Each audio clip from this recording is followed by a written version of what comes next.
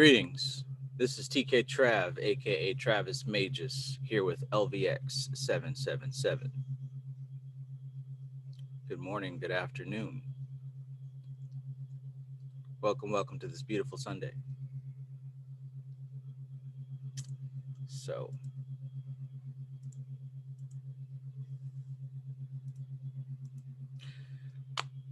hope you guys are doing well. Today we're going to talk a little bit about TATTWA shooting, and we are definitely covering the chapters 8 and 9. And these chapters are all about the 5 elements. All about the 5 elements in magic and occultism and spirituality and everything dealing with the spiritual realm. The 5 elements has something to do with it.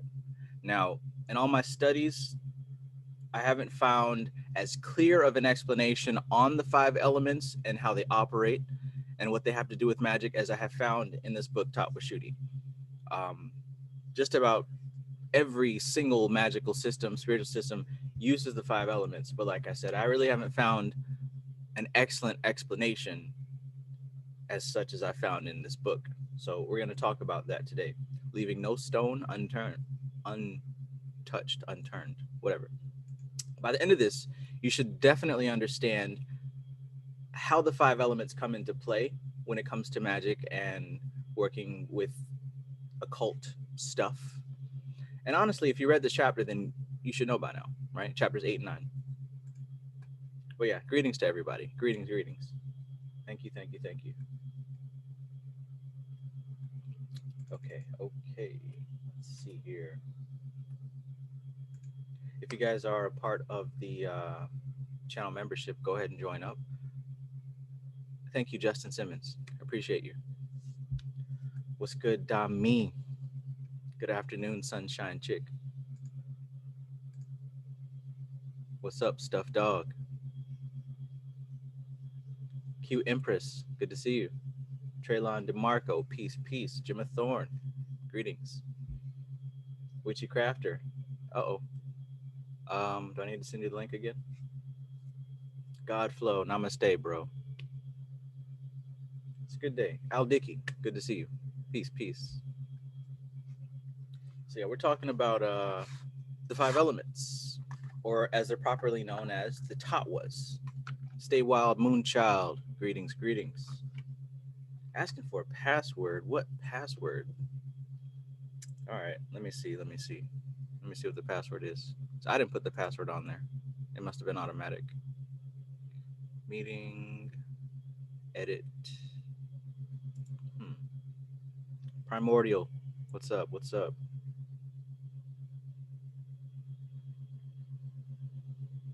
I know we had this problem last time, Kristen.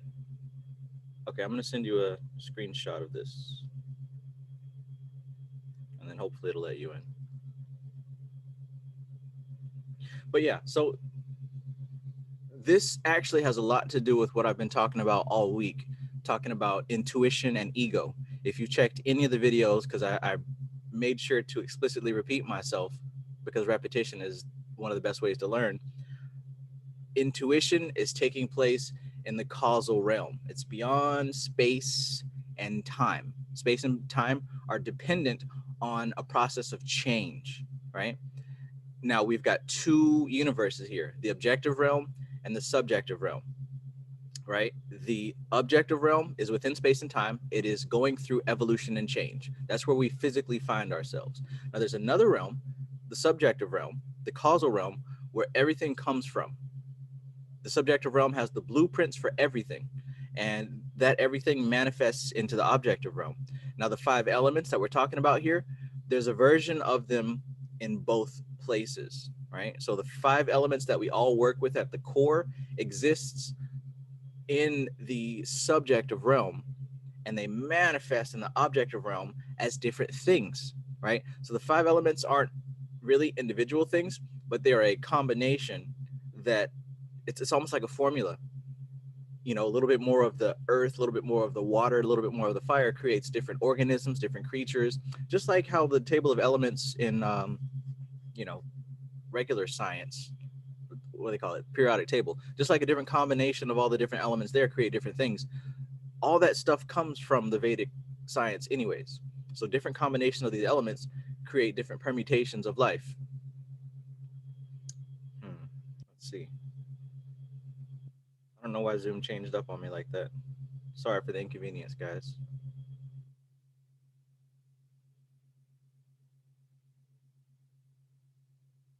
Golden ones, peace, peace. Peace, peace. I see that 418 Iowa melanin you got there.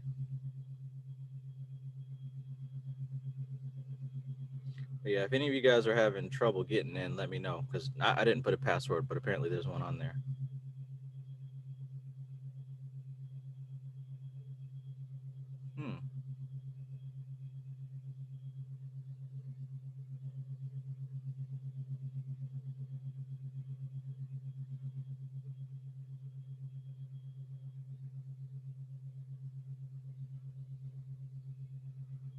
Okay. So I just sent that to you guys in the chat. Let me know if you're still having issues getting in. Okay. Today I'm going to enjoy some cinnamon. I like cinnamon. It's a nice smell. You know what?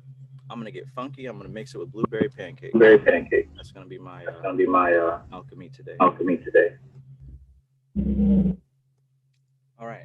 So basically, in the beginning of chapter 8, what she talks about here is, this is a quote from, I forgot what text it was. Let me find out here. Beginning of chapter 8, she pulls out of the text the Shiva Swarodaya. I meant to look that up on Amazon to see if I could buy it. But yeah, she says creation takes place due to the tatwas, and by them it is sustained. So creation takes place because of the tatwas in the subjective realm, and by that blueprint, creation is sustained. So as we discuss, you're going to easily and clearly see how this connects to the magic we've been talking about for the past couple of years. This connects to mystical Kabbalah. I actually grabbed it this time. This connects to everything Ophiel talked about. And if you remember, Ophiel was talking about the tatwas, you know, a year and a half ago when I first did that book study. So we've been on this same page. It's just that now we're getting at a more technical and precise aspect of it.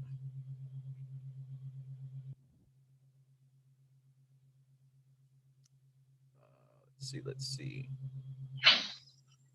Probably turn my volume up because apparently you guys are joining and I didn't even hear that. Hello, hello. What's good? Okay. Greetings. How are you guys now? Man, good. Hey, do you hear that binaural beat? Is it too loud? No. I can hear it a little bit, but it's not too loud. Cool. How you doing today, Steph? Man, I'm good. I'm loving life, man. How about you? Pretty well. My brain is a bit all over the place, but I know how to get through that. Right. Oh, that might have been too much. Who else has made it through? Is that you, Kristen? Yep. Okay, so yeah, if you guys can't get in, let me know. I posted the link in the Instagram chat. If you're not in the Instagram chat, I'll go ahead and put it on the YouTube membership page thing. It's a good idea. You think that's gonna be the one from now on? The password? I didn't set that. I think I can't even guess what happened. But sheesh, I'll check beforehand because that was unexpected. Okay. I don't put passwords on it.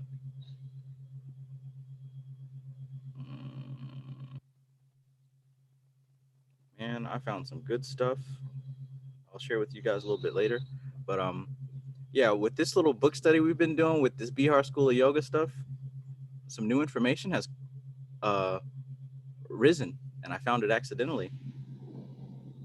I'll share that with you guys in a moment. Please excuse the delay. I'm posting the password in the membership page YouTube thing, so you guys who can't get in can get in. Mhm.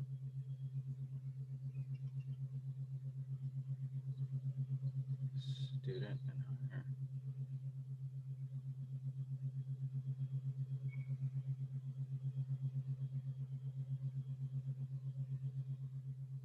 Bam. Oh wow. Aspect ratio. Always something. Are we still in Mercury retrograde or something like that? We are till the 22nd. Ah, I see. I'm gonna blame Mercury Gatorade for that. Can you hear me well? Yes, you're a bit muffled, but I can hear you. Okay, because I have you in the car and I didn't know if it would sound right. Remember, I told you yesterday, sometimes it comes out muffled. Yeah, it's muffled, but I can understand you. It's, you know. Okay. What's going on, Kristen? How you doing? No complaints over here. I'm doing great. That's good. That's good. Everything is good. Everything's real good. It is real good. Yeah. And listen, speaking of real good, I want to go ahead and say thank you guys so much for the birthday donations. I really appreciate that. I didn't expect I didn't expect that. But I really appreciate that. You know, geez Louise, that was great. Thank you so much. Thank you so much. You deserve it. I swear my phone has been at 98% full memory card for a year and a half. Time to get a new one. Much needed. Isn't it funny how we're both going through that at the same time? Say that again. Isn't it funny how we're both going through the memory card issue at the same time? Oh yeah. I mean, we constantly have the same issues going on at the same time. Okay. So I sent that out. If you guys are in the student level, the link is there with the password that works. Apparently, I also put it in the Instagram chat. So you know, let's get into this now. So what I'm saying here is that everything that I have seen from Western ceremonial magic and working with the astral plane and the demiurge manifestation formula, all that stuff comes from the Vedic text. And now chapters 8 and 9 explicitly prove it if you can kind of read what she's saying there. Okay, so you know, obviously the elements that we're talking about are not equivalent to the physical elements. Fire doesn't mean fire. But these 5 elements are talking about different stages of vibration, right? So when we're at that akashic level, the akasha, it's undifferentiated energy mixed with matter, not well, undifferentiated energy and potential. So there isn't anything there. It's space, right? It's the distance between two things. Anything is possible. It's literally the matrix. And when I say the matrix, I don't mean a computer program. What I'm talking about is I can't think of those things they're called, but it's like this little gel. I don't know if you guys have seen this. If you know what I'm talking about, maybe Kristen, it's like this crafting thing that you can do where you have like this jar and it's filled up with this gel and you can inject a needle into it and they kind of put this mold in it, makes like a little creation. Do you know what I'm talking about? No, I've never seen one of those before. Well, I might need to make a better example. I guess another example is shit. Maybe if you've back to video games, if you ever played like Halo or even I think some Super Mario games where you can design your own level, or it was like a clean slate, but you can like add different elements of the game wherever you want to. The Akasha is a lot like that. It doesn't move. It's the space, but it's pregnant with potential. So right now, as we live, we're thinking that we're waving our hands through the air, but it might even be more accurate to say that at every splice of a moment, the atoms and particles are here, and then the next moment they manifest here, and the next moment they manifest here. But our minds just kind of connect the dots and make movement. Does that kind of make sense there? Almost like a stop motion animation thing. Absolutely. Instead Yeah, I of us get that one. just moving like this, it's almost as if every second, every split second is its own full picture. Like right now, this is what it is. The ether doesn't change, the akasha doesn't change, but at the very next second, the atoms and matter particles are here and then here. But we just kind of fill in the blanks. If you've ever worked on animation, it's kind of like that tween motion where you animate a clip here, and then you move the arms here, and then you put the tween motion, and you see it gradually move. Yeah. That's just like Coraline, how I was talking with you about how the other mother in that movie creates the world. It's like a space of pure creation, and she only created enough for Coraline. And then Coraline ends up going to the end where it's pure blank space of creativity. And the funny thing is, you're also talking about stop motion, and that's Coraline in stop motion. Actually, it makes stop motion stuff that he does. I kind of heard you, but that was really scratchy. Uh-oh. Somebody got the Rudrakash. What's going on, Maestro? Nothing much.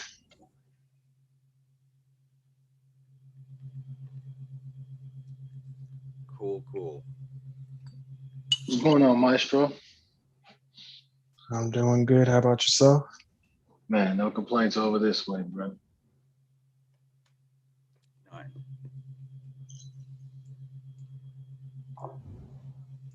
All right. So just to kind of relate all this, just briefly, an overview of the 5 elements as was discussed in chapter 9. We start with akasha, right? And like I said, that's undifferentiated energy, and there's no form.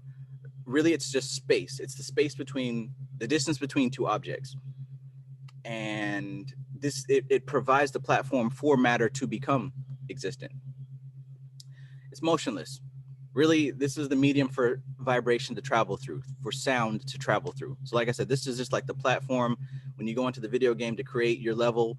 This is like the potential for all things there, right?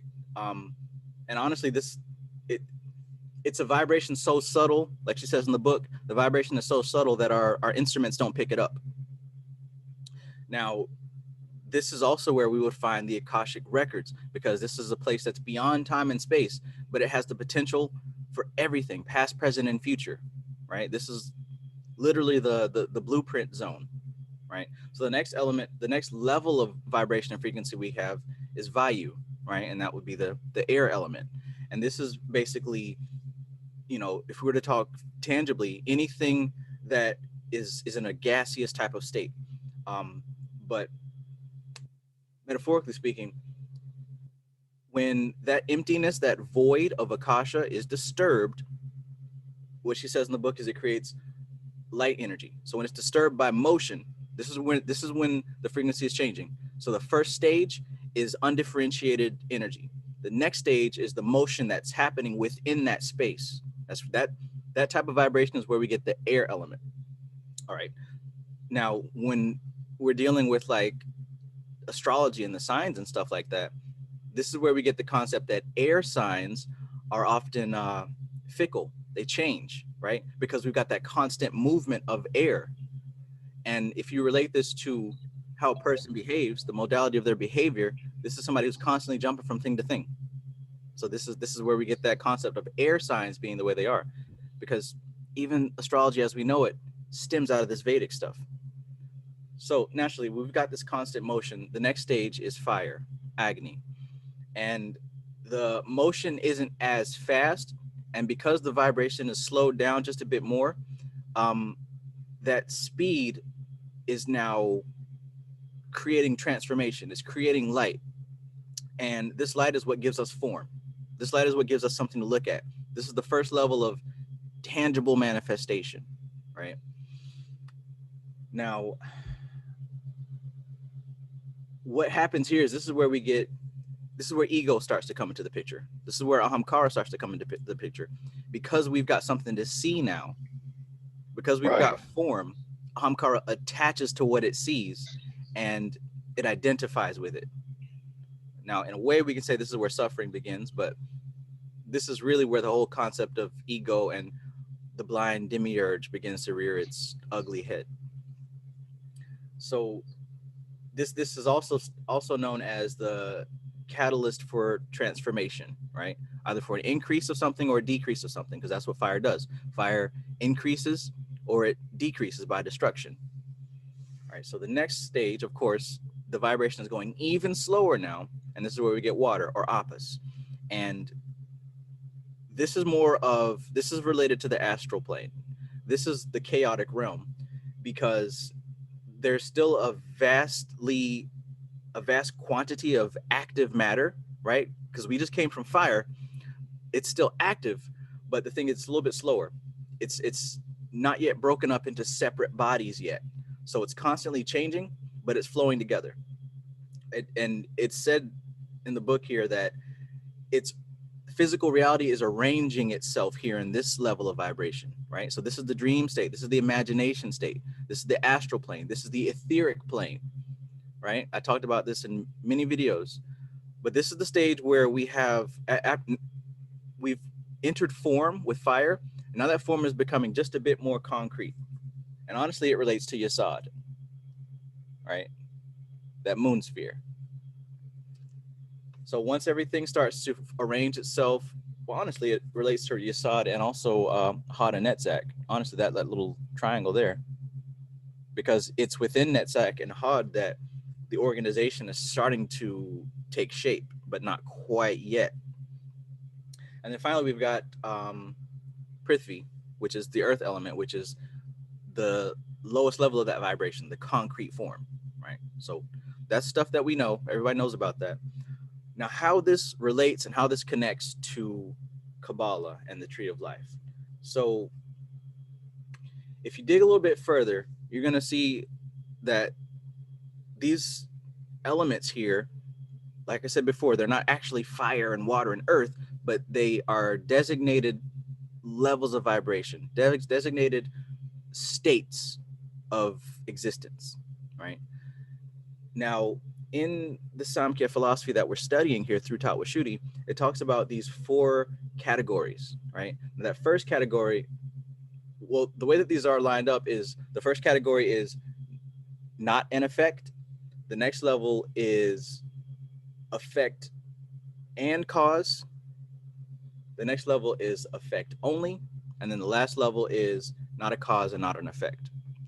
So at that top level, it's called avakriti, right? And right here, this is Prakriti in her unmanifest state. She's called Mula Prakriti here. And this is where all the gunas are in equilibrium. Because remember, the book talked about how the 3 gunas are Rajas, which is activity, good or bad, it's activity, movement, Sattva, which is harmony, peace, balance, and stability, and then Tamas, which is death, decay, inertia, and just dead, bland, nothing.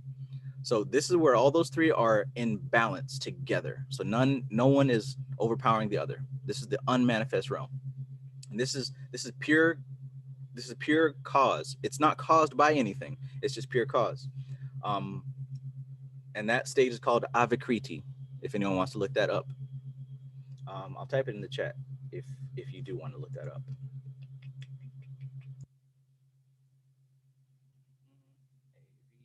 Avikriti.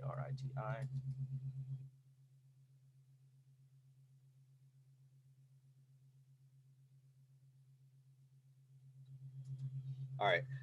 The next level is where Prakriti is called Vikriti, where she's both cause and effect. Now we come into manifestation here. And this is where Buddhi is created, right? And from Buddhi, ahamkara is created. And then ahamkara creates the tanmatras, which are the 5 subtle elements.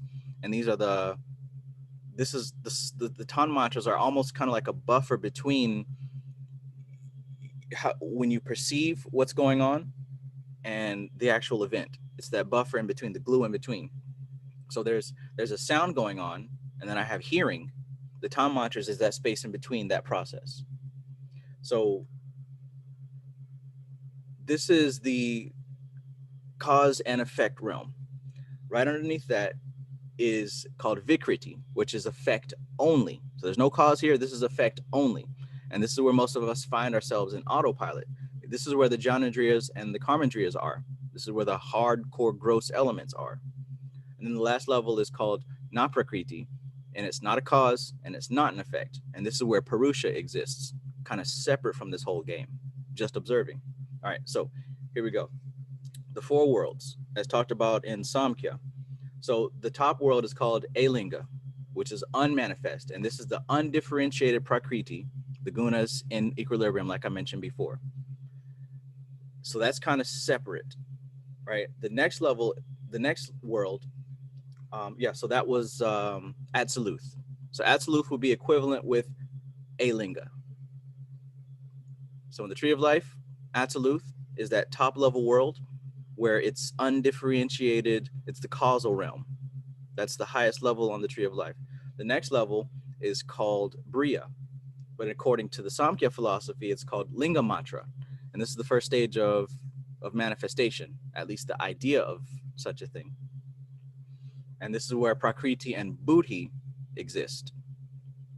Then, of course, the next world is Yetzirah, right? And within Yetzirah, according to the Samkhya philosophy, it's called Aveshisha.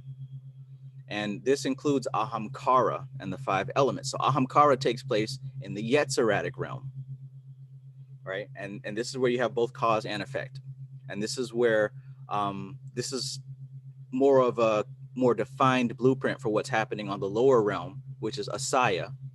According to Samkhya philosophy, it's called Vishisha. And this is a very specific realm. This is where everything is actually concrete and manifested. So all that to say that even Kabbalah and the four worlds literally is directly taken from Samkhya philosophy. So all the stuff that we did study from Dion Fortune and Ophiel, it has a direct, absolute, literal link to this Vedic stuff. It's not just a leap, a conclusion I jumped to, like there it is in the black and white.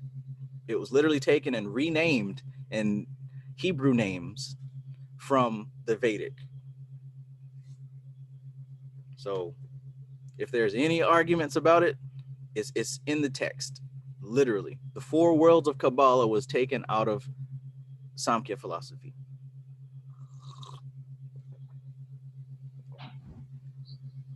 And that's, Yeah, I'm here. That's my I'm take. sorry. That's what I got out of this chapter 8 and 9. Thank you.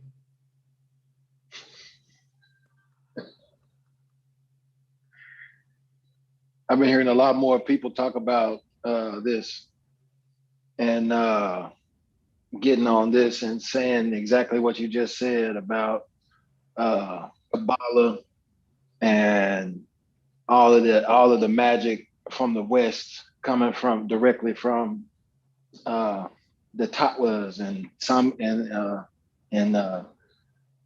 all of this stuff that we've been studying, man. So we definitely found the grail. Indeed. And everybody is jumping on the bandwagon.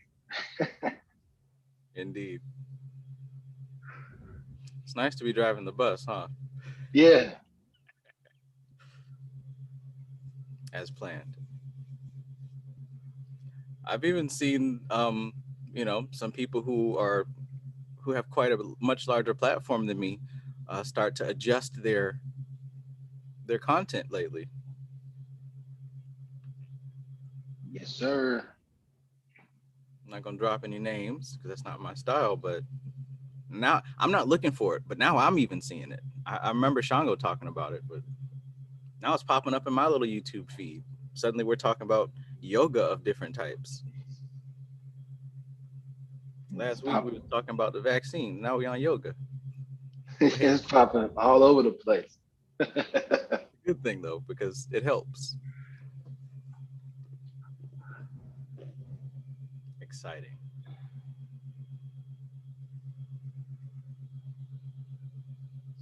I wonder if the idea of hell came from the tatwas also, and the fact that once you come into and like uh, the burning aspect of it, and you know, because once that Agni Tatwa is illuminated, now we can see. So I wonder if the concept, because I mean, hell could have been anything. I mean, it could have been drowned in hell. It could have been under pressure and under the earth or anything, but it's fire. You know, it's burning. So I wonder if that had something to do with the influence and that concept of burning in hell. Yeah, that that thought crossed my mind too, especially with the aspect of when what she said about when you get to that fire level that produces form, and with form comes attachment to ego, and we talk about burning in hell. I've always well, not always, but for a large amount of time I conceived of hell as a place where you go for your ego to die, and your ego has to burn in hell because it's attached. And with her saying that, this is the place where form begins and attachment begins, that thought crossed my mind also. Yeah.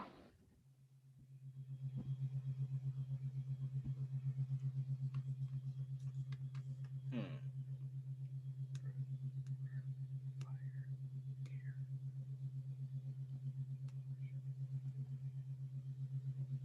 With what you said about Appas being that like lower triangle, I guess visually that makes sense too because on in the Apis Tatwa you have those two flowers, Yeah. and then those being Hod and Netzach. Hell yeah.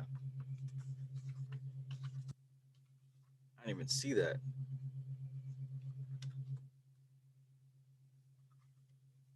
Ooh, and look at where they're located. Absolutely.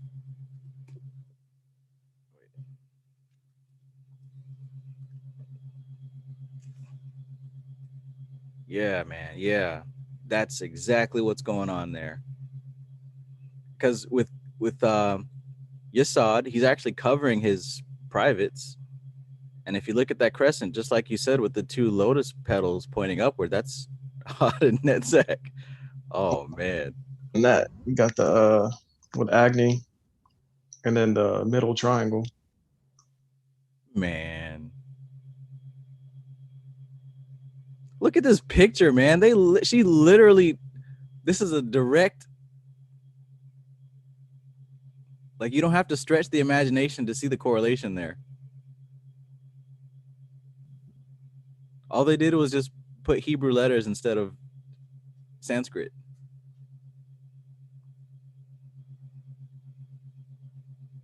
Wow, that's amazing. So okay, so yeah, if you look at what you just said about where Had, Netzach, and Yasad are, we could even look at where, like you said, Agni is with um Tifereth and Chesed and Gibura. That's a triangle right there. And that empty outline on the throat looks a lot like the empty outline of Vayu. Crazy. Straight copy, boys. Straight copy. Let he who has an ear to hear what the Spirit is saying to the churches. Plain sight. Hidden in plain sight. Yeah. But I guess I didn't expect anybody to go looking. Or maybe they did. Maybe these are breadcrumbs. Either way, I don't care. It has been discovered.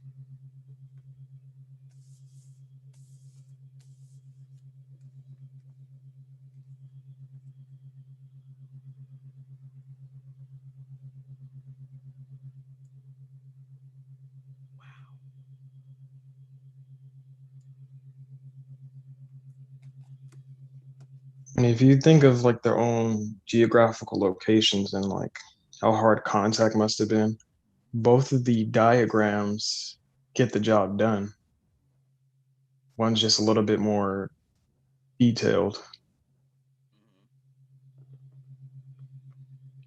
Excuse me. Thumbs up. Someone liked. One appeals very strongly to the left brain, and one appeals very strongly to the right brain.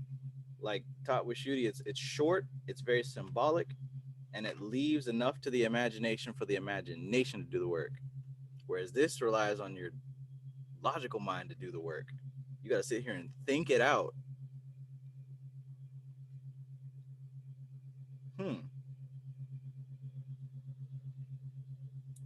Amazing. Wayne M says the Westerners always copy like this. Nicest way I can say it.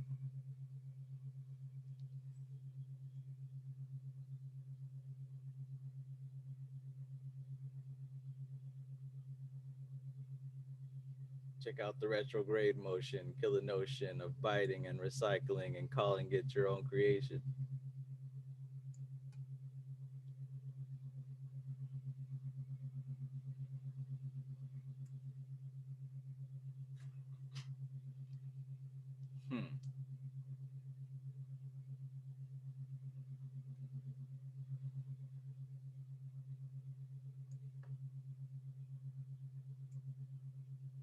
Yeah. So I mean, if that was, I mean, don't get me wrong. I enjoyed going through this book. It was it was an experience going through this book, trying to figure it all out and wrapping my head around the different references and the different examples and all that stuff she gave. But you know, I'm not necessarily here for that. I wanted, to know how it makes sense. I would, if I would have found this first, like this is where it would have been at. In other words, if you got this book, read it. By all means, study it. I'm not saying don't, but I'm definitely saying this is where you want to be if you're trying to really understand this thing and get results. Because this can be quite wordy. And I'm not gonna lie, you got to sit down and make yourself get through that book. But it's no lies were told. But she specifically says, "Hey, I'm not gonna give you everything because some stuff we gotta keep a secret." But even she, remember when she was saying that, like everything she said she couldn't give was either in the next sentence or in the back of the book. Excuse me. I'm not gonna tell you, but I'm about to tell you. Like, comment, and subscribe, and share the book.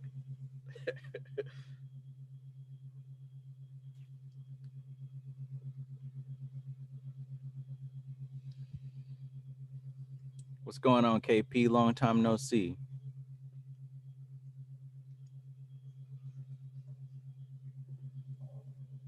Serious Suit 888 says he cannot. The password is not working. Let's see here. When I clicked the link, it asked for it, but the password does work. You just have to type it in. You can't take it from you can't highlight it and put it in. You got to type it in.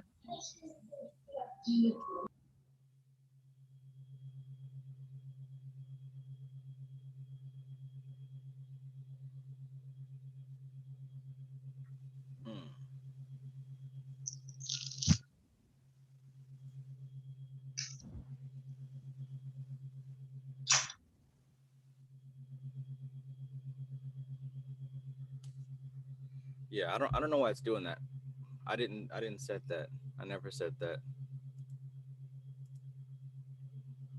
And if I could take it off, I definitely would. I guess that's like a new feature they have where you have to have a password. Like, it doesn't even give me an option to take that off.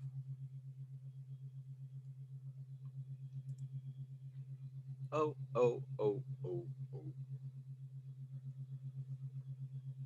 KP asks a great question in the chat. So, would you put your instincts and intuition in the same category? I would say no. I would say no because instinct is very, very much based on the physical plane.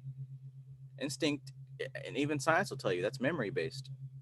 Now, it may be genetic memory from many, many, many generations of cause and effect, but intuition is beyond the objective plane.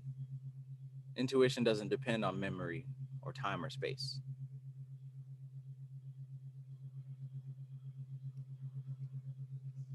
Joe Keen says, can you talk more about chapter 7, Antakarana? Do you have a specific question about that part? Oh, that's a good one. Laura says instincts are survival. So yeah, intuition wouldn't have anything to do with survival, right? Survival has everything to do with the objective plane and the physical animal body. It has everything to do with this experience within nature. Ego, yes. Thank you, Laura.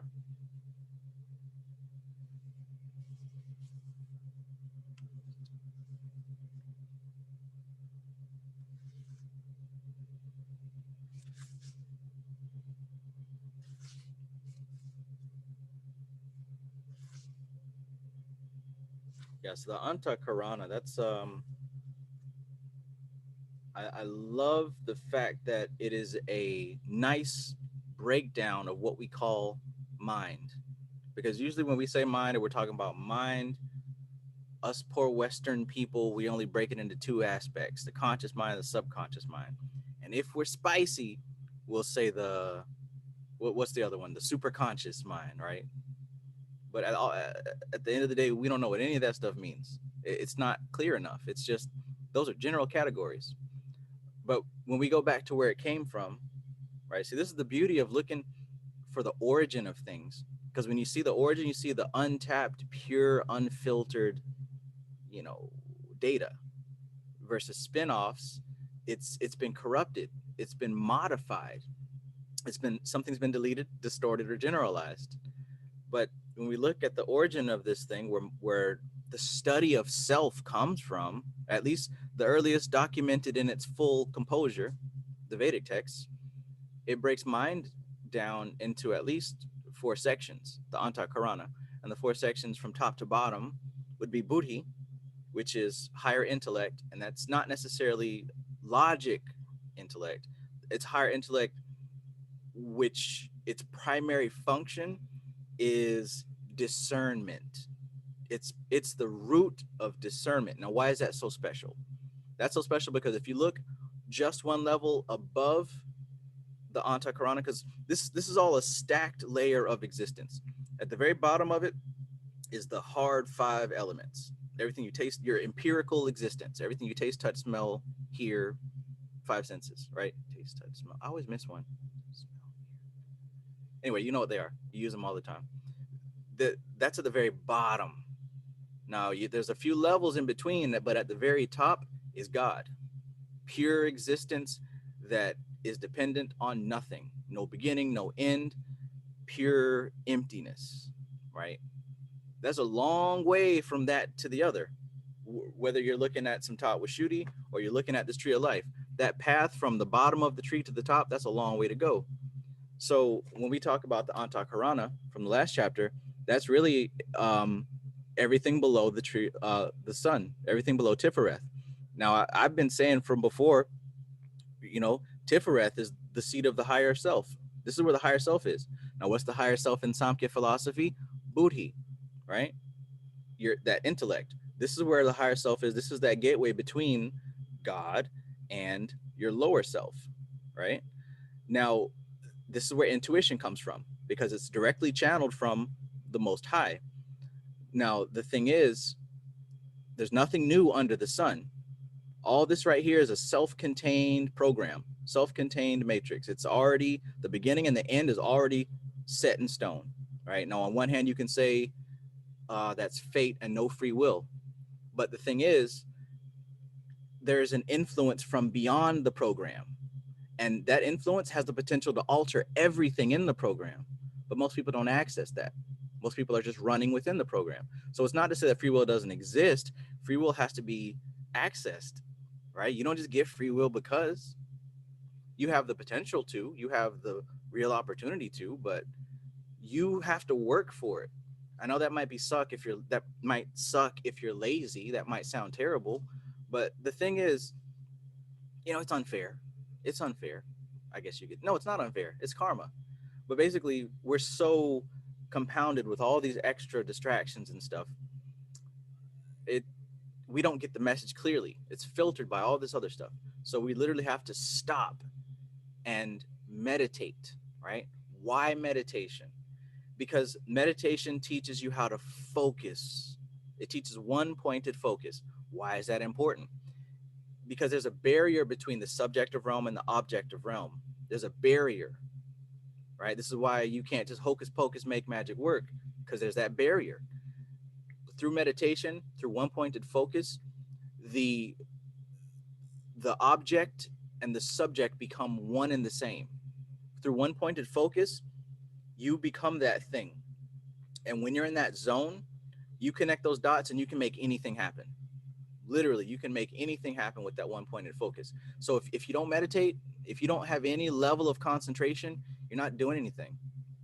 You're the one that's being done, right? Take that how you want it. No pun intended. So, Antakarana. So this higher self zone, this is where intuition comes from. That's the highest part of the Antakarana. That's the tip top of it. Now, just beneath that, we have ego. And as I just said, we have that fire element, the fire vibration and frequency, the world of Bria. Although Bria is water, but I'm saying in relation to the tatwas, that fire aspect, this is where form and manifestation starts to take place. So we start to have attachment. We start to build the ego. Now, the ego is directly attached to the physical world. Everything within the ego's motive is self-preservation and self-survival. Not the survival of you. It's a parasite. It has to have its survival, and you're just the host. Now, most people think that that parasite is them, but really it's part of the program. It's part of the program. So the whole thing about the Antakarana, the whole goal of it, we want to purify and put everything in its place. That ego, it has a place. It needs to be put there. It's not supposed to be driving the ship, but it does have a position on the boat. It's not the captain. It shouldn't be the captain. If it's in the captain's chair, then the higher self is doing something else. But then also we've got Chitta, which is the storehouse of your memories, the subconscious mind, basically. And then we've got Manas, which is the overseer of the five senses. So the sound vibration, the smell vibration, the taste vibration, the sight vibration, the touch vibration, it's all managed by the supervisor known as Manas. So these four aspects, they work together. Manas, which is the manager of the five senses. Chitta, which is the storehouse, the subconscious mind of all the memories that you've had. Then there's ahamkara, the ego, which, like I said, he's doing his own thing. And then there's buddhi, which is the highest self. Now, highest self has got to be put in the captain's chair if spiritual evolution is what you're looking for. If buddhi is not in the captain's chair, then you're living a very human existence and you're living a lie, because you think that you are ahamkara. You think that you are the ego. And it takes a lot of work to deprogram that. It's not as easy as just saying, oh, I'm not the ego. The ego's not me, or I'm fuck the demiurge. Like, you can say what you want to say, but the proof is in the pudding. You got to behave in such a way to prove these things. And like I said, one of the most direct ways to get there has always been, since the beginning of time, focus and concentration. One pointed focus and concentration, dharana darshan. If you're not able to do that efficiently, you're entertaining yourself, right? It don't matter if we're talking about Goetia demons. It don't matter if we're talking about tarot, astrology. It don't matter what we're talking about. If you're unable to get into that zone where your one-pointed focus becomes where you and the thing you're focused on become that same thing, even for a split second, if you're not doing that, you're not doing the magic. It's entertainment. What's going on at Cole Berkeley? So that's that's probably some of the most important parts that I have found about the Antakarana, to answer your question.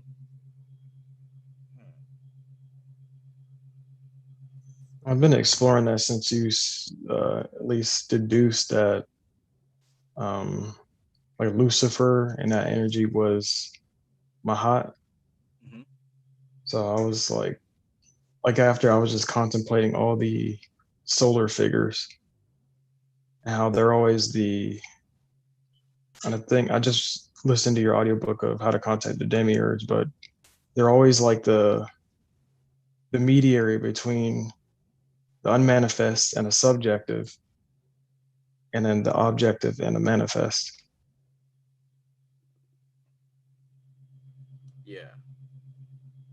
You're saying that there's always a middleman between those Yeah. things? Hmm.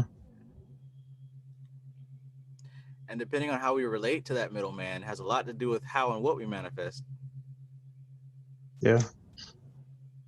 I just can't help but I don't know, I see all these people that villainize this demiurge and wonder why they're miserable. And what didn't he say it in that book? You know, depending on how your relationship is with the demiurge depends on what you get out of life. Yeah. And even in, I'm not gonna say the title, but You want to kill number 2. He touches on that in there. Yeah, where he said like he's talking about having the name of God on your lips, or basically mantra. And he says like there's nothing wrong with, or his music. He was like, there's nothing wrong with Western gospel or whatnot, but it places you in the position of the servant. Whereas the Vedic hymns and whatnot could, and like the direct relation to your deity, you could be whatever you want in relation to the deity, not just a servant. So if you're always just a servant and it's like, he controls my fate, Jesus take the wheel, then you just kind of got to get what you already got.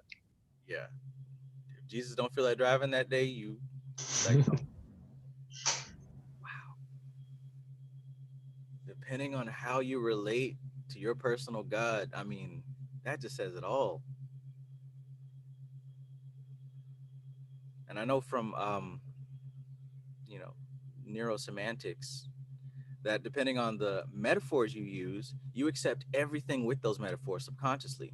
So if the Lord is my shepherd, so you're automatically accepting that you're a sheep or a lamb, and you need this person to, do what a shepherd does with a lamb. That does involve getting shaved and sometimes eaten. That's part of the deal of being a part of, being a lamb. You There take it was with that metaphor. my job, where I just quit recently, but there was a person there. She was a psychiatrist, and then one of my friends who he was replacing me, so I was training him. So he goes to have a conversation with her because he wants to pursue psychology, and she began talking about patients that she had, and then they may be fine one day, and then the next day they committed suicide. But like I was interpreting that like a whole different way, because I was just talking about to the dude about Samkhya, but I was interpreting that a whole different way, and then to see how she would break it down logically, she like kind of, I don't want to say went backwards, but she moved all that she said like, well, I'm a believer and the Lord works in mysterious ways. And then like went to gave a whole religious justification on it. I was like, oh Man, you were so close. yeah. The Lord works in mysterious ways. Yes, sir. That's the Lord's will. You're always supposed to help those. That's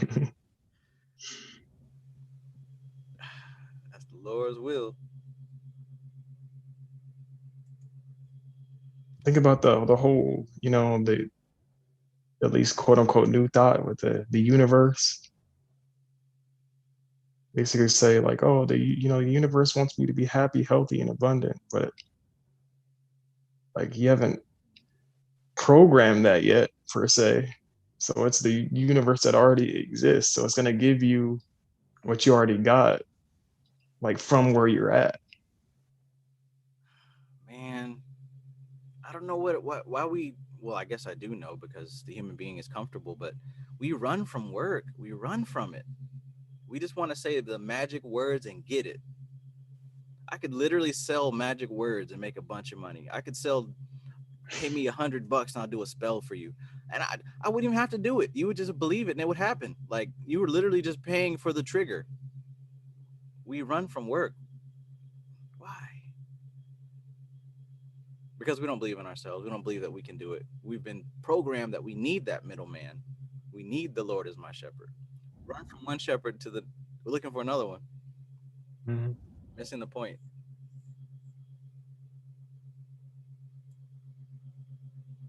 Oh, humans. Hey, peace, Trev, and the Magic Society. It's a shooter scientist here. I don't really have anything profound to say, I'm not even haven't gotten my book yet, TATTWA SHUDDHI. But I just wanted to show some love physically because y'all live right now, and I really am grateful to be coming across the group and the information, a bunch of like-minded individuals that believes in self-studies, and I just want to give a shout to y'all, man. And I'm gonna be keeping up. I'm on the mystical Kabbalah right now, and I won't get my TATTWA SHUDDHI book until July 3rd. But you know, I'm on it, man. I got a whole list of books that's coming in, and I'm so psyched and ready. So I just want to give a shout out. So peace, y'all. Peace. Welcome. I heard that key word, believes in self-study.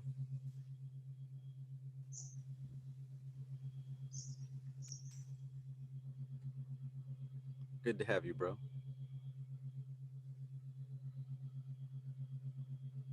The Lord is my shepherd.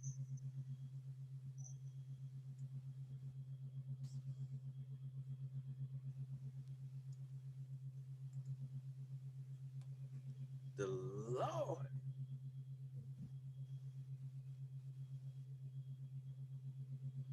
And in your demiurge video too, you said like you could have been a lot more successful if you did all this under the guise of Christianity. I was always thinking about that, like, damn, what if I just take this? Just like it's so possible. It is. You know, whatever your intention may be, but you could really help a lot of people if you took the occult to Christianity. And if you went into that game understanding what time it was and knew how to play it right, you could really, I mean, isn't that what Joel Osteen and TD Jakes and them are doing anyways? Mm-hmm. Exactly. $1. Yeah, I had for an assignment, I had to watch one of TD Jenks's it's like it was like an interview or seminar or whatever. And then he was pretty much talking about the art and practice of contacting a demiurge, but it was so worded cleverly. I've seen some of these dudes sit up here and pretty much lay out how to manifest, but they do it in Christian vernacular. I seen it. I heard it. A couple of pastors, you know what I'm saying, they follow me and I've had chats with them. It's the smart ones, the right ones, they're into this stuff, you know what I'm saying? In real life, I've had conversations like face to face. So I know it's a lot, you know, and I think sometimes they're involved with like the Masonic stuff or whatever. That might be part of it, but at the end of the day, this is like the only science. This is the only, if you dig deep enough, you're gonna hit this. This is the layer of sediment, the bedrock, the cornerstone that the church. I was thinking about that. Like I was having a conversation with Curve and how I realized a lot of things just through looking at bees and how they build honeycombs. And then later I thought, like, you can't, like, everything is this science to like down to the minutest level. There's like, I couldn't think of anything you can't relate to this. How a business is structured, how sex happens, how like everything it has to do with nature and this human existence, even without humans, under the sea, everywhere. That's what I love about the principle of correspondence. If you just know the cipher, right? If you know the cipher key, you can decode this skeleton key. You can open up any lock. You can decode anything. Like, there's nothing in this world that I feel like I cannot grasp given the right data. Like, I don't feel like there's something, oh, I can't understand it. That's too, like, all it would take is for me to have an interest. Like, and then technology makes things so much easier. Like, I just saw an ad because you know how they got like masterclass where these famous people teach what they know, like directly. Yeah. Well, the co-founder of that, they're branching off and like they're doing stuff like calculus and you know, like actual school, and you get credits for it. Like it's accredited. Like literally in this day and age, there is nothing that you can't learn. You just have to have a desire for. But I feel like this Vedic information, you could decode anything. Yeah. And I saw a video like a year ago about a mathematician who was in India, and he invented like some theorem or something, but basically pretty much invoked this deity, and then like in the dream, that's how he got the theorem. I wonder what would happen if you take occult information and then go back and learn mathematics at a deep level. It'll probably just be the same. You'll see it like as purely symbolic at that point.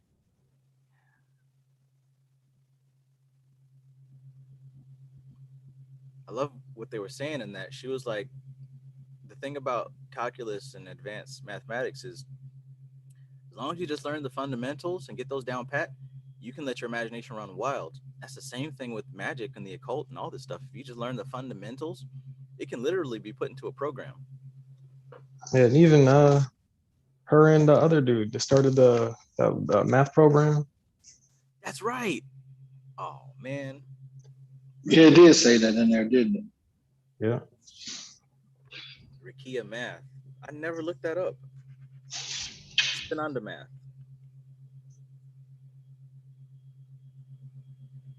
Now, why would she choose that? But I mean, you know, the universe, it's founded on vibration, which is measurable. And what do you measure it with? Mathematics. These yogis are probably going back and forth from the Himalayas to CERN. You don't know. It's probably. I've been thinking, especially about the thing I sent you at Ben Armstrong, and like probably to contact these dudes. You got that one dude at CERN who's into yogic stuff, like the head guy. Then he'd be going in.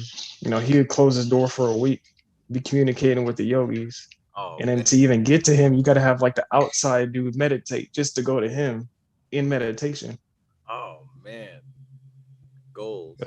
Because even when they try to launch Coinbase to IPO for their stock, they kept changing around the date. So in my head, I'm like, okay, that's the dude, his homeboy, like trying to plan it out using astrology. And then there's like a lot of stuff they needed Ben Armstrong's approval for. But I'm like, he has the sweater and the bald head. So I'm like, he's doing intensive sadhana. So to Yeah. even like get the confirmation, that dude has to meditate and then go to wherever he's at and just to tell him what's good and then come back.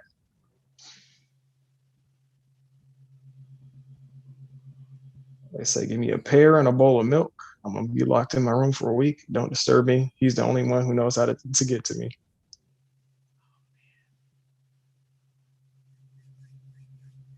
Does studying Vedic information turn you into a genius? 100%, I will say. Look at all there's masterminds in India. And probably as children prepped with the Vedas. Studies have shown that those same children that they have memorizing the Vedas, portions of their brain like actually expands and grows to accumulate and synthesize more data. Like they're literally groomed to be able to memorize complex things. Mm-hmm. I think that was in stop saying the titles, but I think that was in this too, where oh no, that was in that may have been Greatness of Saturn, actually. I'm not sure, they're all by the same author, but he was talking about how back in the days, like our ancestors used to just straight up memorize stuff, and like alphabet was our downfall. So we can't say they're primitive because they were thinking on a whole nother level, being that they had a higher memory capacity. Yeah. Higher memory capacity. Like a computer. Man. Computer is probably just like our way, or not even ours, but like, people who've expanded their brain, they probably see what the end goal is. And so use computers to emulate and craft that. So now we have a quantum computer. So if like we're just trying to model what we once were. Think of like how powerful the human mind was at a time. We got some experience with that too, man. I mean, before cell phones, you memorized everything.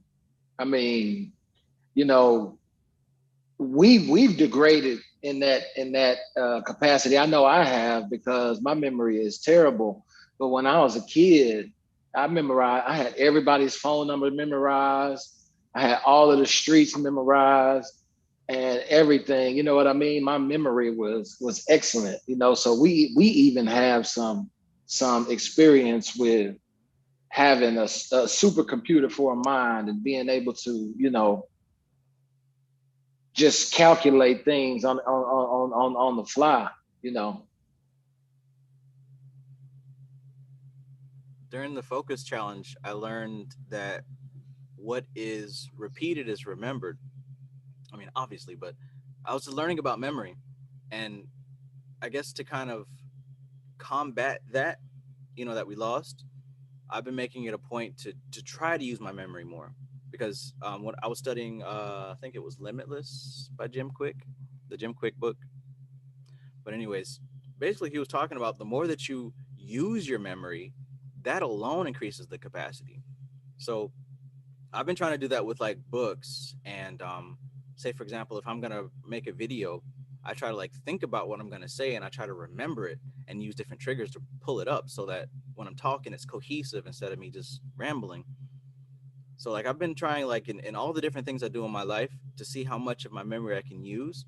I found that's been working with me. Like I found that my capacity to remember things has increased within the last year. Maybe it's just simply by using it more we can improve our memory. Yeah, I'd say that too, because there was like various times. I'm getting back to it now, but like how Stuff Doc said with the numbers, like I would just remember little stuff. I'll be 2 hours away from home, and like on the way back, I would make sure I'd remember that, to where days, like even years, I just remember like just little stuff that has nothing to do with nothing. But it was the fact that I was always making it a point to try to remember something. I haven't gotten into the concept of memory palace. I'm not sure what that is, but I've heard it pop up. I wonder if that's related, where because I know that memory is also state dependent. That's another big thing. I know that when I go for walks, like I have a lot of ideas, and also in the shower. I think I've conditioned myself that during those times, my creativity is really expanded. So maybe that happens when you are driving. Yeah, I could say driving, because that's like when I talk the least. Walking, um, yeah, just to like come up with ideas and like figure out what I'm going to draw. Like I just kind of like how you do with your books. I'll walk in circles, so like eventually something pops up. Yeah, yeah, I love that. Yeah. Got me doing that junk, man, walking in circles. I walk around my kitchen and reading. Seems to sink in a little bit better being mobile. Yeah, And then Yeah, I read out loud too to myself. You know, it seems to sink in a little bit better using a little, using more senses. You know, I'm speaking it, hearing it, and reading it in my mind at the same time, and moving around. So yeah, yeah. or whatever. Oh God. I've definitely heard that from. I've read that in the Jim Quick book. I've also heard that from Tony Robbins. That when you are, in the state of learning something, it really helps when you are engaging the content with your body. Like, because just like what you said, it sinks in more when you're actually moving. Your body is in a new state. If you're just sitting still, like you're doing your phone shit, like that stuff doesn't stick. It's tamasic. There was it was my teacher a few years ago. She, I at the time I just straight up hated math, but she made it a point to where we would have to say what we were learning and then do an action. And there was one other sense involved. Oh yeah, then we would like look at it at the same time we would be doing that. So then we got three senses involved. And like helped ingrain the stuff better. Yeah. I found when I was learning the zodiac, originally when I wrote them down, I had some incense burning. And then like a month later, I went back to that page in a notebook and I was able to recall the information because the smell of the incense was on the page. Oh man. Okay. Okay. Yeah. I got this. I have all these different oils. Now I'm gonna start to program different oils with what I'm studying. Oh shit. Yeah, I'm gonna try that.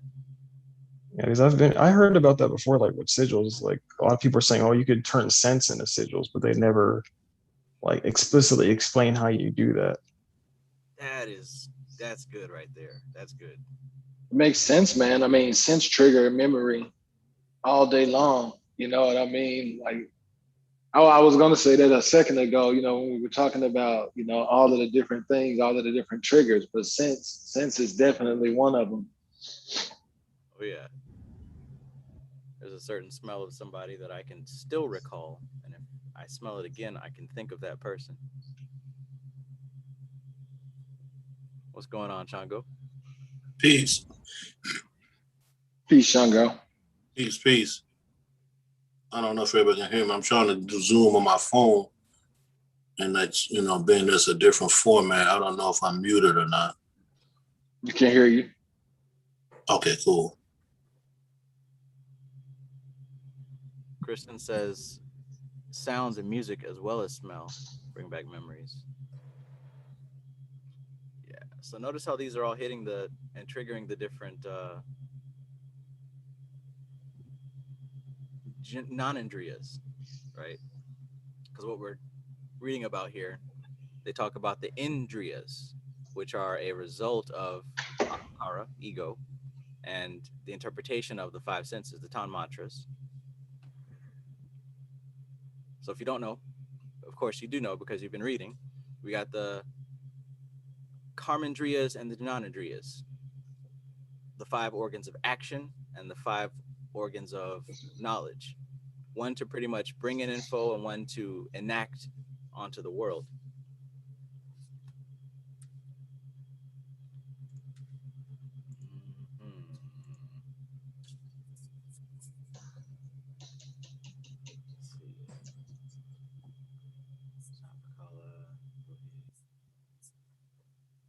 Give an example of one of those, Trav. Okay. All right. So we've got one set that makes you an experiencer and one set that makes you a doer. So the jnanendriyas, the ones that make you an experiencer, you're able to recognize the sound going on. You're able to recognize the smell that comes into your nose. You're able to recognize the sight. And then the karmendriyas, the ones that make you a doer, right? Because one's for experience and one's for doing. You've got the tongue for making sound. You've got the feet to move around.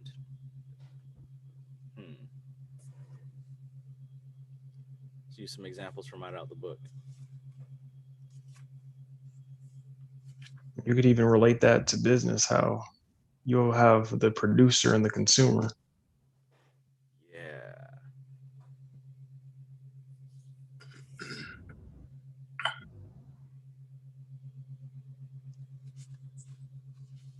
Okay, so yeah. Another, the five karmendriyas. Another one would be the hand for actually grabbing stuff. That's an organ of action, and that would be balanced by the jnanendriya of skin, which is the feeling and the receiving of sensation on the skin. The one with the jnanendriya of sound, because these all relate to the five elements, and we know the five elements relate to the five senses. So when dealing with sound, that has to do with ears receiving that sound and hearing it, and then that's the jnanendriya, the experiencer organ.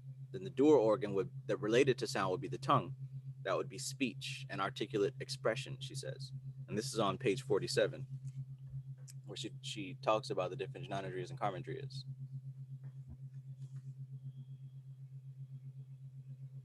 Yeah, so for sound, you've got the ear and the tongue. For air, which is touch, you've got the skin and the hand. For vision, sight, you've got the eyes and you've got the feet for motion. And for taste, you've got the tongue or the sex organ. And then, of course, for smell, you've got the nose or the anal region, because that's where smell comes out of your body. If we relate that to both the chakras and the circuits of consciousness, like, so we know what the tatwas, smell is the sense of prithvi, and through both the chakra system and the circuits of consciousness, those are like the anal area is kind of, I think Freud calls it like that base thing. I don't know how to describe it. It's like the most primal state we can get to, that most like earthy. Yeah. I can't remember the name for it.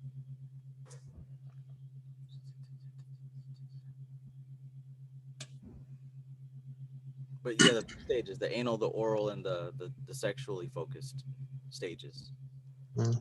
Isn't it ironic how the Muladhara chakra is right next to the opening for the excrement? It's kind of like, that's why they utilized the lotus, because the lotus flowers grow under the water inside of rotting debris under the water, and then they rise upward to reach to get towards the sun. So that's why you really got to understand symbology, you know, and that's why, as Trav was saying, the sound. What is it? The Sanskrit shabda, isn't it shabda? So you got to think shabda, and when you deal with Shiva, is Om, is the word shabda. So they all come from a primordial source that is beyond what's being demonstrated. So when we get, because when you see page 47, this is what I've always been saying, Trav, how we take the body, or we take the mind, and we separate all the pieces like a car. You know what I'm saying? Like when you look at these pieces here, the tatwas, that the elements, that would be, you know what I'm saying, you're talking about air and all of that, you're talking about the carburetor, you're talking about the oil filter, you know what I'm saying, things like that, that filtrate the filtration of air. Then you have a fire element. That's your starter. You know, the fire element, that's your starter. That's also where your spark plugs and shit like that come from. So this is exactly what I meant, how it breaks it all down. But where the generation of the power to come into the comprehension of these things is from the lowest area, from the lower levels of the Muladhara. And not just the Muladhara, but physically on your anatomy.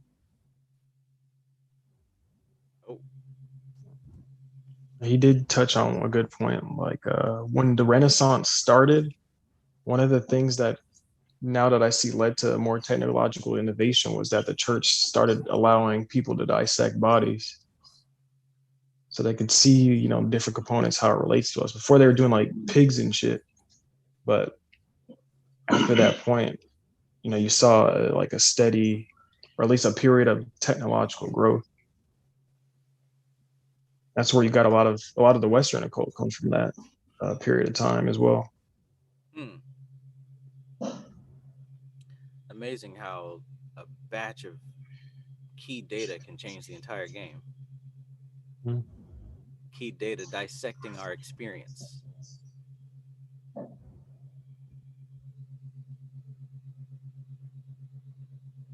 And even I think what you were just reading on page 47 in the Chinese system, I think like, you know, they have different body attributions, but it's a little bit more broken down, if I'm not mistaken. Where I've seen a diagram of it where like the thighs relate to the eyes, Well, this is before like I knew anything about the occult, but it would be interesting to like probably take this information and go back to that. Yeah. We got somebody who's deeply studying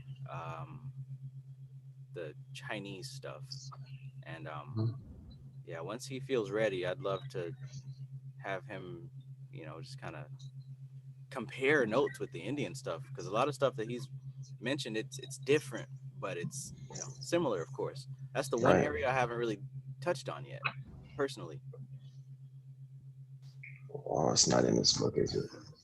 I want to show you something now that you said that. I don't think I can find it now.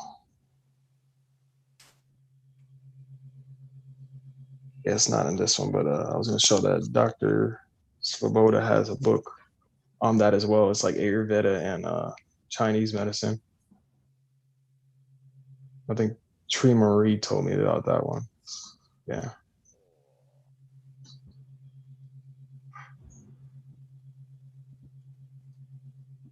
Connections there.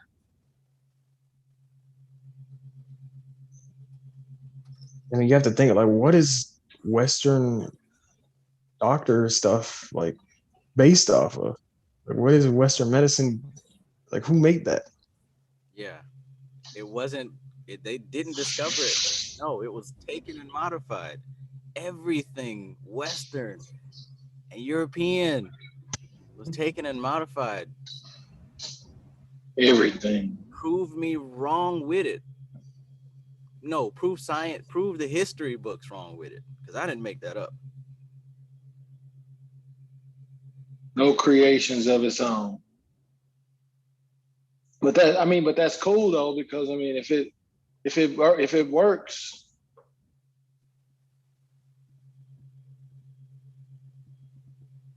yeah, at the end of the day, if it works.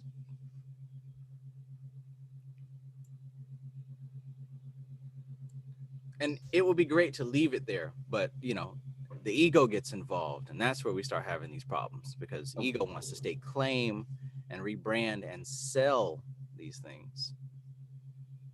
of course.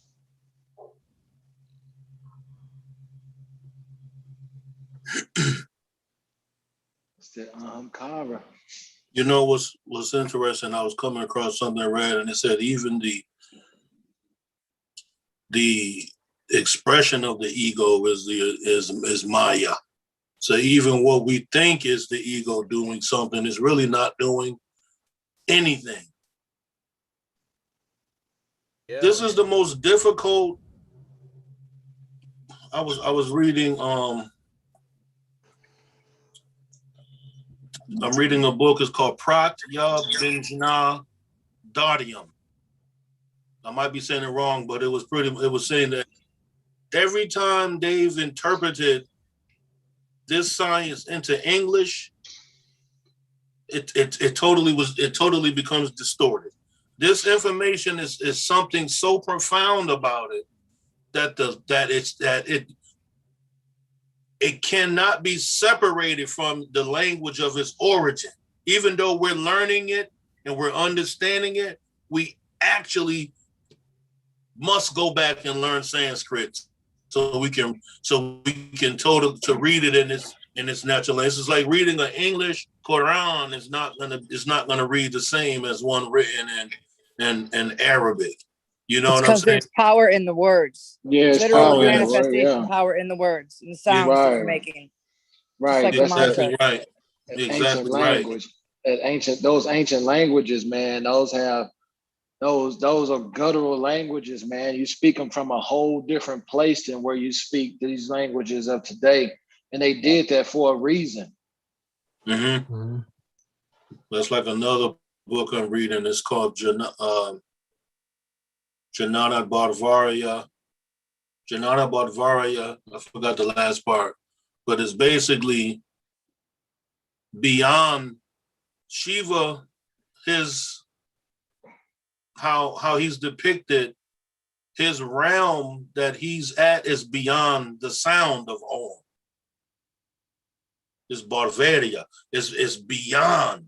So really what we're trying what Trav is breaking down is really this Vedic science is beyond what you're saying.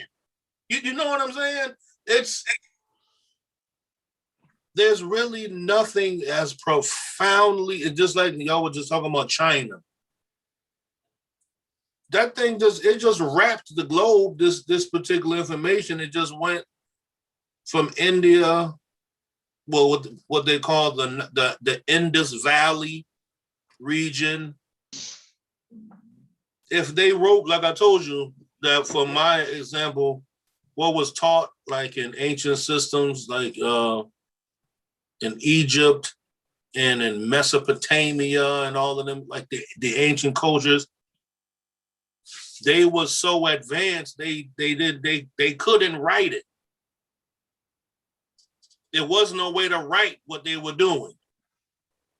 They'll carve a rabbit, and the rabbit is just sitting there, and that's the only way that they could try to intelligently tell you what this particular part of the system does. So just think about how we see the actual process of Maya, of kankukas, or coverings, or the sheaths. So when we come to the language of Sanskrit and trying to explain it, that's just another form. It went from unspoken and unwritten to spoken and written. So you see how backwards we got to go now, even though the Vedic science is profound, we have to now shabda it, and we have to shuddhi it to get backwards to where we don't use sound, we don't use ritual, we don't use that right there is a strong reality that some people really grasp. Like I think you might have said last week, the very same broken thing is what you got to use to fix itself. You got to shabda it and shuddhi it. You got to go through sound. You got to figure out sound frequencies. Mantras and binaural beats. In the Bible, would talk about they brought down the walls of Jericho. The Hebrews supposedly encircled the walls, and it said they were yelling or something like that, and that supposedly brought the walls down. I bet you they were yelling. I bet you they was just yelling. They was yelling some kind of mantra shit, and they didn't fucking dissolved stone. All together, a whole tribe of people around the city walls in unison. And if people want an actual fact of that, we've all seen a opera singer break glass, right? Right. So if an opera singer can break glass, what makes you think that a voice can break stone? They didn't have no weapons. They came at that city with voice. Straight vibration. Oh, niggas might have been chanting Om the whole time. That would have been amazing to witness, or hell, to be a part of. Jeez Louise. Can you imagine the power of that shit, man? The power that each one would wield to bring down the walls or something. That's crazy. And even in Tibet, they refer to Sanskrit as technology. Technology, yeah. Yeah. So desensitized by a lot of these things, so the intelligent ones of us will write it off as fairy tales, and then the less analytical of us would just desensitize because we heard the story a million times. But when you think about some of these things and the possible origin of them, it's some amazing stuff. And that's the word vidya, one of the 5 coverings. Vidya, and this is from this other book that I'm reading. This is vidya. This reduces the omniscience. The Sanskrit word is sarva jnatva, of the universal consciousness, and brings about limitation in respect of knowledge. So if a person and it's not just people, certain individuals, that's all of us. through us being manifested physically right here, we fall under these 5 Mayas. We fall under the being limited in respect to knowledge. You know what that means? That means we think somebody else shit is always smarter than this person's shit. For those of y'all following along with It's the 3 book. o'clock. Yeah. That's so right on page that Vidya Tattwa. Vidya Tattwa, and that's the level where we're supposed to be working at. Yes. That's Maya, and that's, like you said, them 5 Kanchukas. We got to get rid of that. I call it the heat in a person's chest when somebody say something you don't like. You know, this motherfucker like, you know what I'm saying? Just me, I can only use my experience living around people that, you know what I'm saying, that when somebody say something slick and you be like, yeah, this nigga trying to be fucking funny.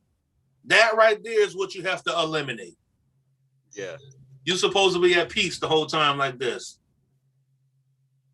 And the discipline to, you got something slick to say back. You got a perfect comeback, but to let it slide. Not slide out of cowardice, but. And you know what's beyond that? Not even having the thought come. That's samadhi. That's beyond the beyond of consciousness, where you don't even have a response to something sensual coming in through the senses. That's the ultimate level of why everybody's reading TATTWA SHUDDHI. That's where you should be at. That's your how you make videos and tell everybody, well, know your reason, know your purpose.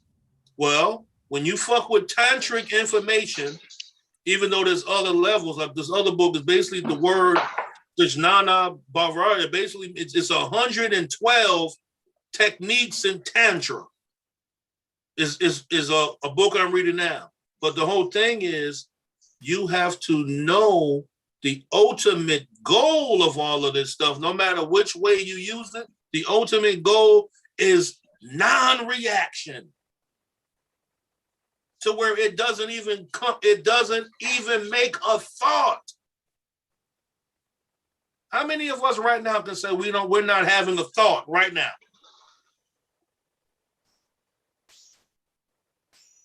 Your mind, we are all, that's what we're fighting.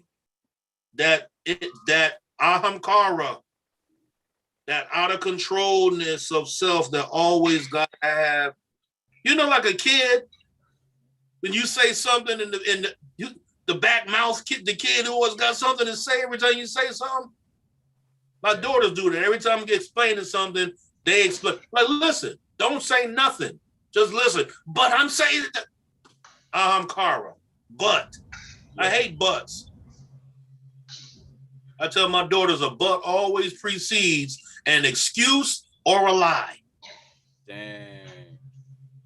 But I'm saying, but remember when? No, I don't do buts.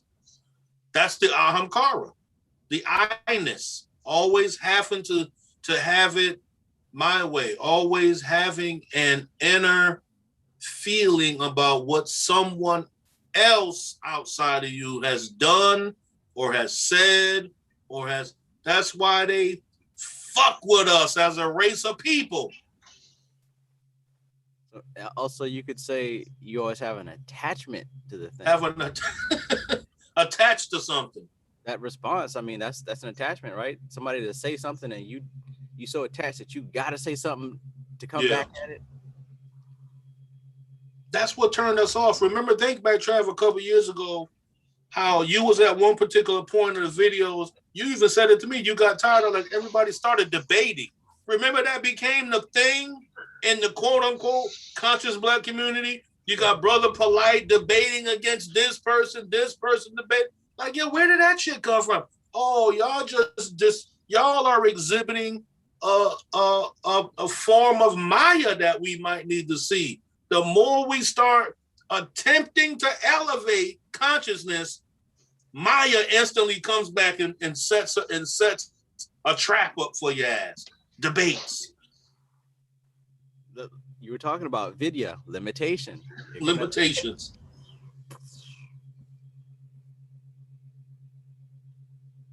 and then you can apply the element to it. So that's what tatwa is element.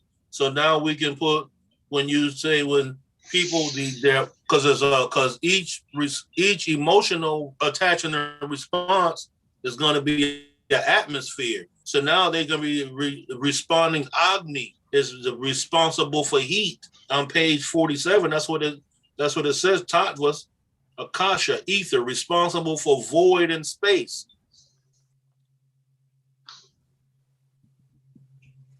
People think the akasha records, that void in space, is not the actual place where you think the information come from.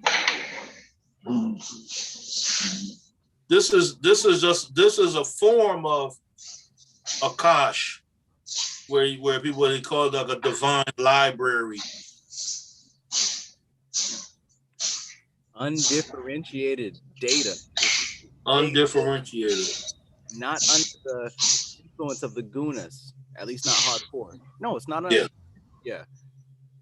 All potential for all that space. It's subatomic. It's even before subatomic. And she was saying, well, that's in a different book. But they were saying that akasha, you're dealing with energy and manifestation that's pre-subatomic. See, it just keeps getting, this is why they said there is no beginning and there is no end. You have to come to a place of divine complacency, where you're in such the divine area that there is no more need, and there is no definition for where I'm at. I am at where I'm at.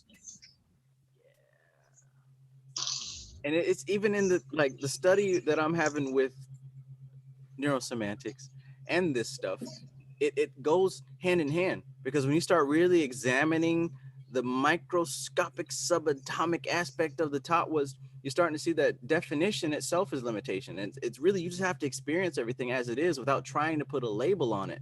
Just like with an LP, we get mixed up because we have labels for our experiences, and we try to force them to fit the previous definitions.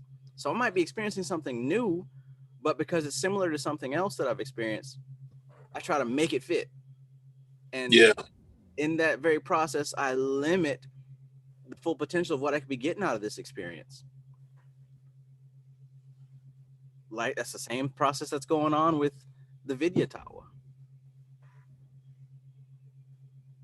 This is from this other book, Trav, and it goes with it. And this book is called Pratya Bijnan Dayam. I'll spell it in the chat. But it says, in Siva Tattva, there is the I experience. Aham Visara, Vimasar. In Sadasiva, there is I, this experience. Aham Idam Vamarsa. In Isvara Tattva, there is this I experience. Idamaham Vamarsa. In each of these experiences, the emphasis is on the first term. In Sudhavya Tattva, there is equal emphasis on both Aham and Idam. So the emphasis, so what this is saying, once it got to Siva Tattva, it starts becoming more and more defined, and it starts becoming more and more expanded in the definition until it became to where we're at, right? So it says the aham, idam means I am I, or this is this. So those words right there, that it totally almost makes no sense, like I am I. It means that there is no definition I can give you for I. You know how the Rastafarians always say, I and I? I and I. They don't even, that's where all of that shit come from. We don't even know that all of this Vedic science is floating through our atmosphere. Just like right now, what the nigga say? I get it out the mud. What you getting out the mud? Your Muladhara chakra? That's what you getting? You getting your lotus? I get it out the mud. Get it out the mud. We don't even know. We're already tapped into this shit already. Well, so that's why it is. I am, this is this. It says, since this experience is intermediate between the para of the higher and apara of the lower, in which there is a sense of difference, it is called para dasa. So this process of these tattvas start happening, the movements and changing of the elemental subparticle forces start coming together to form things. You know what I'm saying? So that's what this is explaining. And then this is up to this stage, all experience. I'm gonna turn this phone off. It got too much stuff going on. Up to this stage, all experience is ideal. An example, in the form of an idea. Hence, it is called the perfect or pure order. SHUDDHI. An example, a manifestation in which the Svarupa or real nature of the divine is not yet veiled. And then after they explained all of that, then it goes into Maya and the 5 Kankukas. So once we now go back to the TATTWA SHUDDHI, this is the reason why we have to SHUDDHI purify, because as we filter down into cosmic form or physical manifestation, we done become made toxic. We ain't clear water no more. Our elements are all dirty. All the elements are dirty. All of them. Every single one. The tatwas, the Jananandriyas, the Karmandriyas, all of them are all filthy. And as she says, it's not filthy by anything that we do in particular, but filthy in how we interpret them and understand them. We are making them filthy based on our perception. Mm-hmm. And that's why you could correlate, as Christian teaches us the Jyotish. That's why you can correlate all of this with every single thing here in the TATTWA SHUDDHI book or the Vedic science. That's why your astrological sign correlates to a particular part of your body, because you either have an organ of action or you have an organ of knowledge. Or the legs, it always like, Sagittarius is something about to happen to the thigh area or the hip area, or Cancer, something that happened to a particular part. That's because when you gotta refilter these words, Cancer and Sagittarius, from those Latin back to where the original concept of this astrological identifications come from, and then you begin to get to the more subtle aspect of what it's really saying. Oh, hold on now. Hold on. You look, when you drop stuff, Shango, you got to stop and let it marinate now. I'm sorry, man. You just said we got these 12 zodiac signs that are attributed to the body parts. And then we just talked about the Karmandriyas and the Jananandriyas. And Sagittarius, that's a fire sign, right? Mm-hmm. Fire, and the Karmandriya of fire is the legs, the feet, locomotion. That's what body part is attributed to. Oh, so what I just said about the Chinese system. Exactly. If it's attributed to the legs, and we know that sense is sight, so it's attributed to the eyes, and we know that element there is fire. Oh, whoa! I need to look at that. Aries, head, eyes. And then it also, and then it goes back to the 8 primordials, or the Anid of Egypt. Shu, Tefnut, Geb, and all of them, they all correlate to specific elements too. But when they were born from Atum, he born his own self. Basically, that's the same story of Shiva being in this primordial self, this primordial allness. He's really not Shiva. He's everything.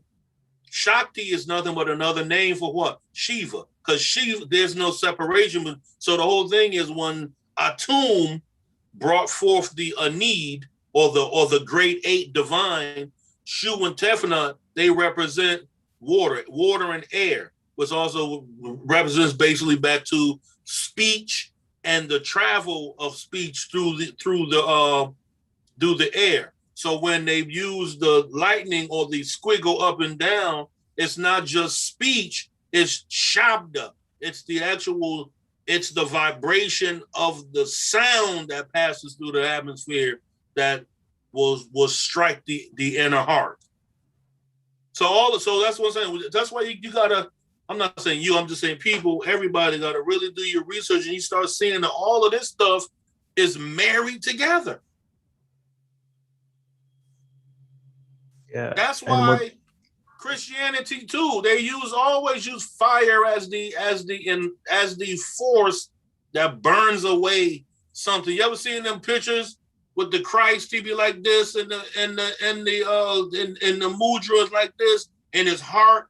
They show the heart, and it be fire coming out of it. That's the mixing of the Manipura and the Anahata. That's is significant of divine will, because you can't do anything. And I think in Dharana Darshana mentions that if you don't have the that's what pratyahara or your prana, that's what instors you to drive your will, and your will becomes like a fire. Your burning force. That's what desire comes from. What is your burning desire? What you said about the Aeneid, like back in the day when a pharaoh would be crowned and have their dynasty and regime, they'd actually create their own Aeneid with them as the head. Yeah, we talked about earlier, like the relationship to your deity and the divine. So they were the ultimate middle one.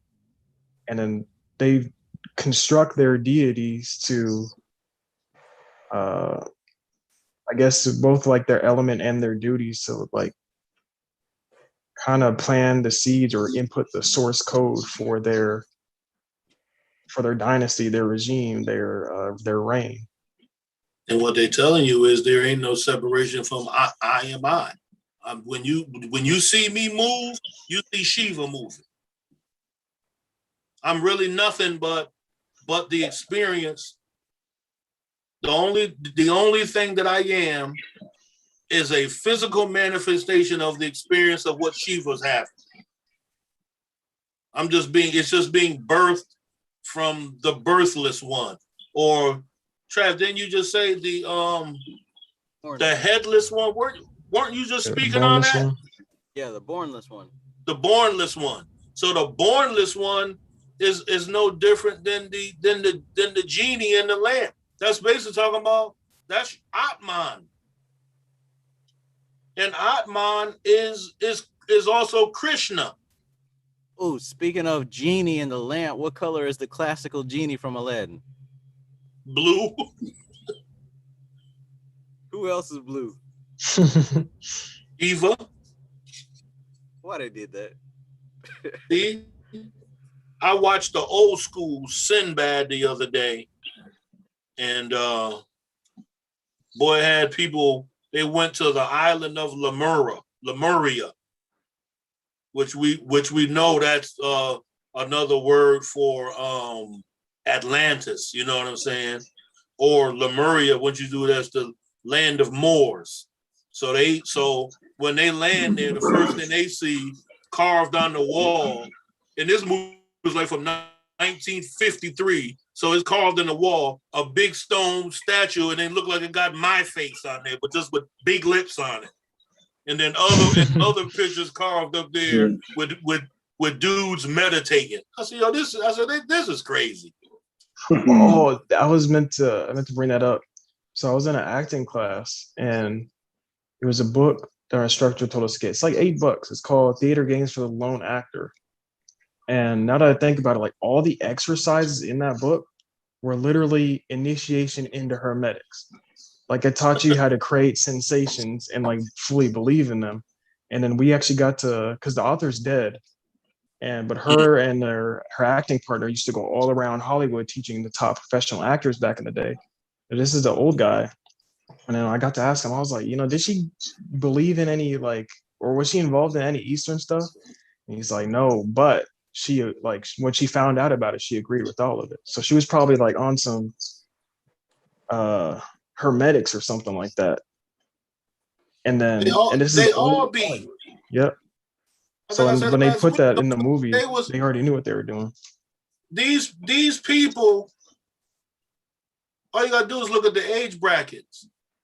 Use Robert Svoboda. He was a globetrotter too. Them dudes was all in the hippie movements. Hippie movements was nothing but they call it free love. They was learning Vedic science at that time. They was going to go watch what's his name? He's they always got his videos. He was really him soft-spoken Indian guy. Krishna, say it again. Krishnamurti. Exactly. They was doing them. They was doing those, and they was reading their books, and they all was studying that at that time. So then the next thing they started mixing that with is with a lot of the self-help scene came out, because they was secretly messing with Reverend Ike. You know what I'm saying? Reverend Ike, because don't forget, Reverend Ike influenced Joel Osteen's father. That's where Joel Osteen Sr. learned his style. And then you got Joe. So that's why they call them prosperity preachers. They really not even, they might as well just drop Christianity from their thing and just say, I'm a motivational speaker. Yeah. So all of that stuff started coming during our granddad's time and shit like that, or even our mother's time. And it just went from them learning hippie shit and Vedic shit. And the government was against them because what they were trying to do, live off the grid. They started moving into the fucking woods and shit like that. So the whole thing, so they started doing things that was averse, and then they just washed it all over. They covered the Vedic science with self-help. That all became what self-help, and then it all became a part of psychology. And one of the biggest cover-ups is NLP. We definitely know that ain't nothing but Vedic science expanded for the West.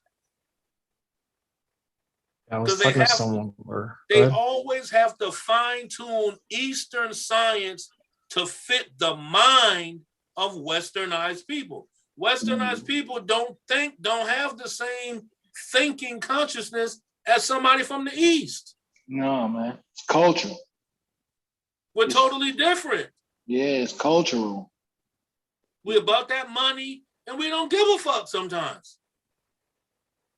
Nigga, if I got to kill every fucking fish in the sea, I'm gonna be fucking making fish sticks, man, until the wheels fall off.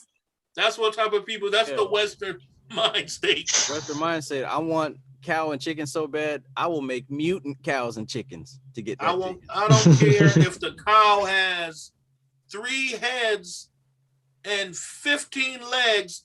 I'm still getting some steak off of this thing, man.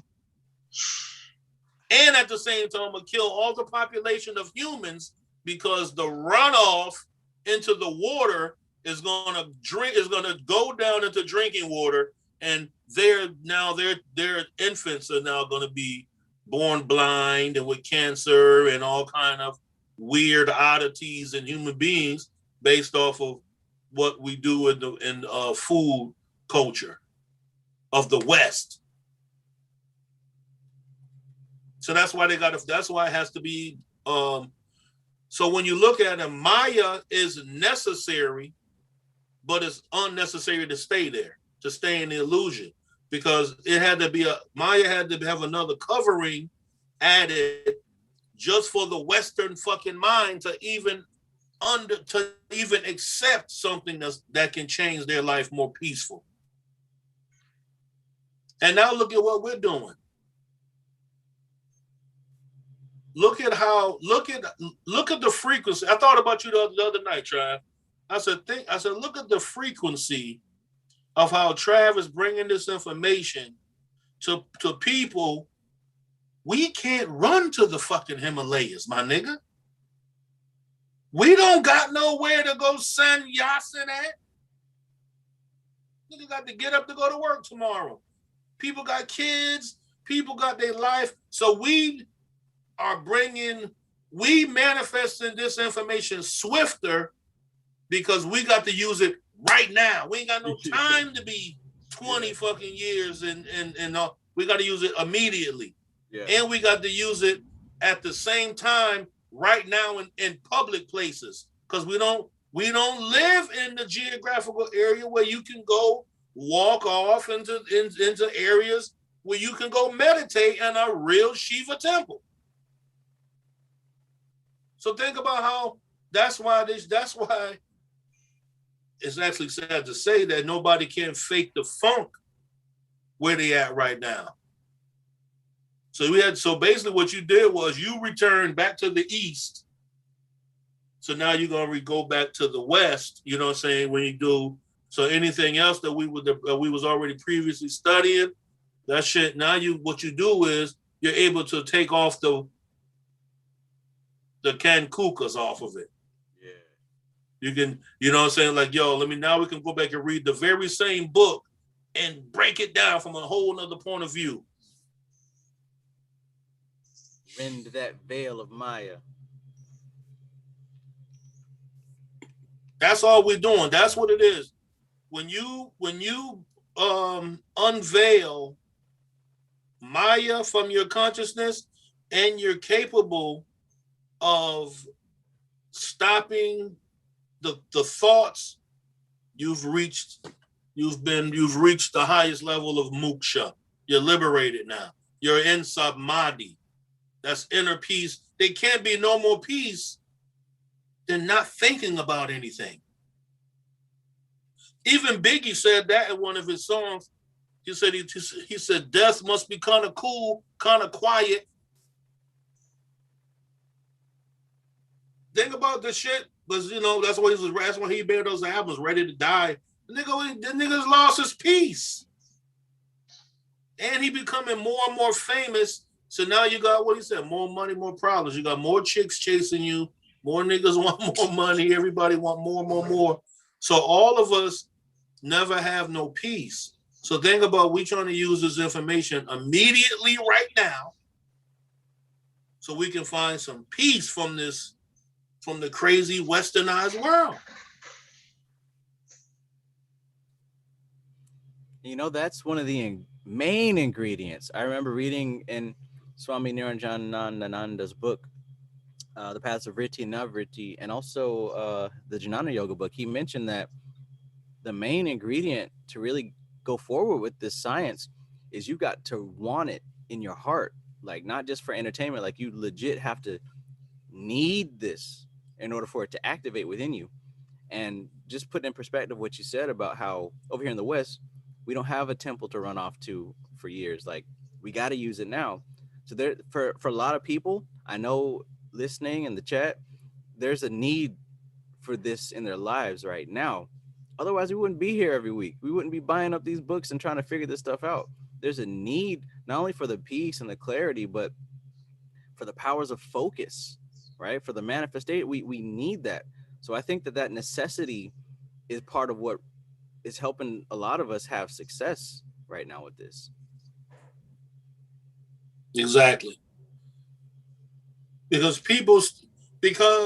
we're moderns. We're modern magicians and wizards. We are not in the olden days. We have to live right now. Niggas want magic right now, Trav. Yeah, they want to finish this video and manifest something. We want to do that right now. I want Trav to tell me, boy, this is the key. Here it is, put it in ignition, and I'm gonna drive my own car. I don't want you driving me all over the place. People want to be in control of their life, even if they have to work. You're still gonna have bad times and all of this shit, but you don't want to be feeling knocked around no more. You want to be empowered. That's what it is, man. Yeah. Don't nobody want no, it ain't like your nigga looking to fly. Like you literally want to fucking fly. I don't even like heights like that. No. You understand what I'm saying? Bird come up to your ass, been flying for 12 years, look at you like, what? And fly circles on. Now you fucking crash and shit. You know what I'm saying? Bird, like, you see this man? We want power, control, and being able to utilize ourselves at the best operating force that we can possibly be at. Yeah.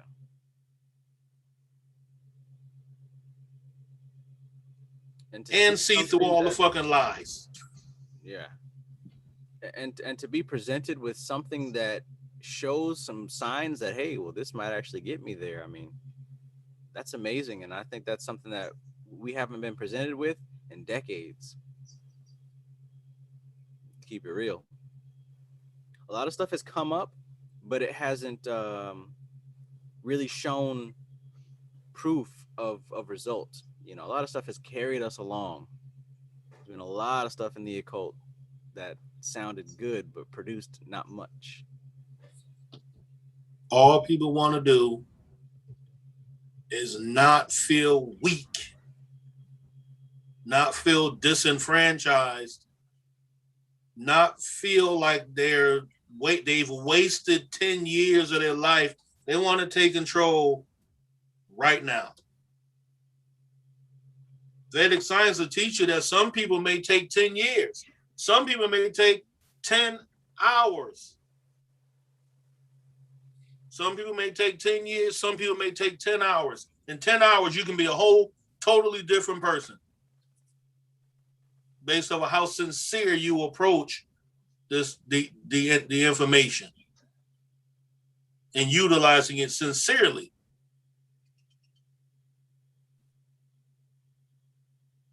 I've dropped a gem before, but I'm not gonna re-release that one. But I mean, just like how you said, like you could do it as long as you're sincere. If you're really sincere, what's stopping you from doing it right now? You can do it right now. And the whole thing is that sometimes you got to do something that makes you uncomfortable so you can find the ultimate state of comfortability. Yeah. You gotta, because that's what we call chaos. That's what we call inertia movement. When Shiva's, and this is the only way I can really explain it from what I'm studying. When something fills up,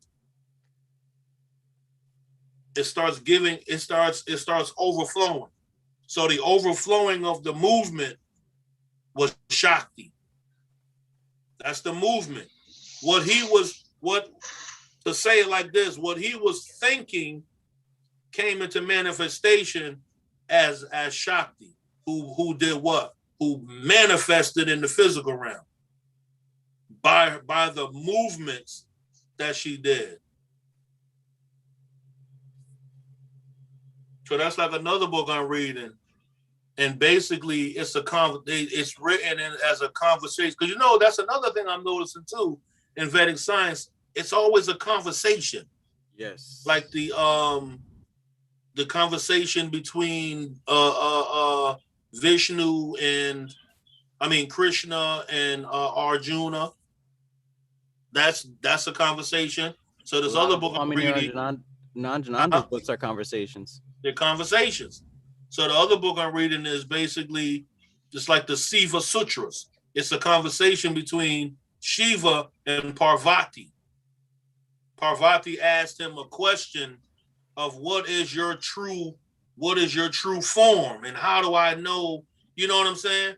So boom, he gets 112 breakdowns of the manifestations of yoga or union or coming together coming togetherness. So that one there is powerful. Yeah. So when we see these stories of great love between like the Devi and the Devas, basically that's showing you the totalitarian nature of primordial existence, that those two essences always existed together. They have to be together. And what's the physical manifestation of it is, it's the man and it's the woman. It's those essence that represent masculine and feminine. Those manifestations that represent the sun and the moon.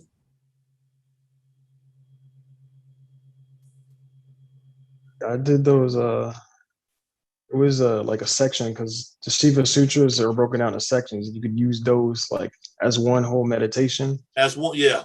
And what I referenced before, where I did a meditation where like I didn't even recognize me. I just didn't recognize anything. But it was like it was through one of those sections where you start by envisioning a golden orb in front of your, like in your mouth and your nose, and you breathe in, breathe out, and there's like a bunch of different steps. But I was doing that like every day, and then I wasn't ready for those effects.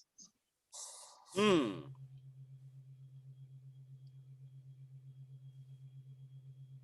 got to be ready for what you see. You know what I'm saying? That's another thing. They be having disclaimers throughout the Vedic science too. It really tell you can't just do it just to do it. You know what I'm saying? You got to be purpose. If you're purpose and connected, see, that's where the magic comes from. If there's no purpose, then you're not going to be faithful in it. Right. Faith and purpose go together. Purpose and faith go together. Those are elements. Those words don't really mean what the definition. They're elemental forces. One's fluidity, the other one is Agnis. It's water and fire. You can take water, boil it, and create combustion that can drive machines. That's what they mean by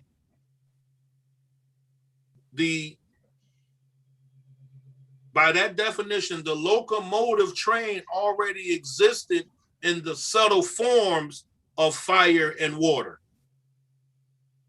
A person may think they created a locomotive. All they did was just play out the design of Purusha. Right. It was already there already. You can't separate the purpose. You can't separate the subject from the object and the object from the subject. That's the state. That's when you return to the state of non-duality. And that's the point of meditation. Like, that's what we're supposed to be aiming for. Yeah. That's what it's supposed to be. So when we go,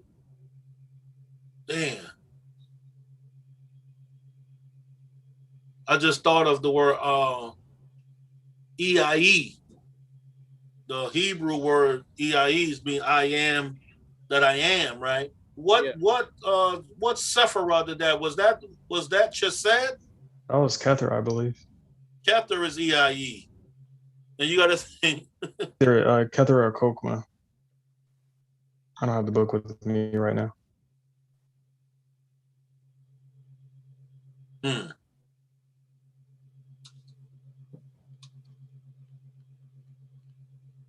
But yeah, they give that in Demons of Magic too. I have a question for you. So Hasta is, depending on degrees, Hasta sometimes is known for like extreme forceful laughter. It's almost like mocking laughter, like it's haha at you. Or think about like let me think. You know how Tom Cruise laughs hard and forceful and it's like over the top? Yeah. Or Leonardo DiCaprio, when he's laughing on that movie Wolf of Wall Street in the cop's face, he's like laughing like, ah. Or in Goodfellas, when they're laughing at the table and it's like forceful and almost fake. Yeah. So the way, see, Hasta has an aspect to itself, and I know that you have Hasta, that's why I'm asking, has an aspect to itself where it's practical jokes, but the joke is on everyone else. And it's in a way that they're so smart and they're so clever. It's not laughing together, it's laughing at you. And it's even better when you don't get the joke. And they do this, they often have a tendency to have this really explosive laughter when they do laugh. It's like loud, or just like not like a small giggle. Do you have anything like that? Do you when you do laugh, is it loud? Is it expressive? Yeah. I definitely can bust out laughing on you. Yeah. That's interesting. And it'd be very odd. You know, when you said the whole Goodfellas, it got stuck in my mind because I can see Ray Liotta. Yep. With that fucking yep. Yeah. Yep. That's it. That's totally a Hasta thing to do. But also Hasta does like to make people laugh, but it's in a way of either mocking or making impersonations, or like the joke's on you type thing. Yeah. So it's a little different than Ardra funny, but it's still funny.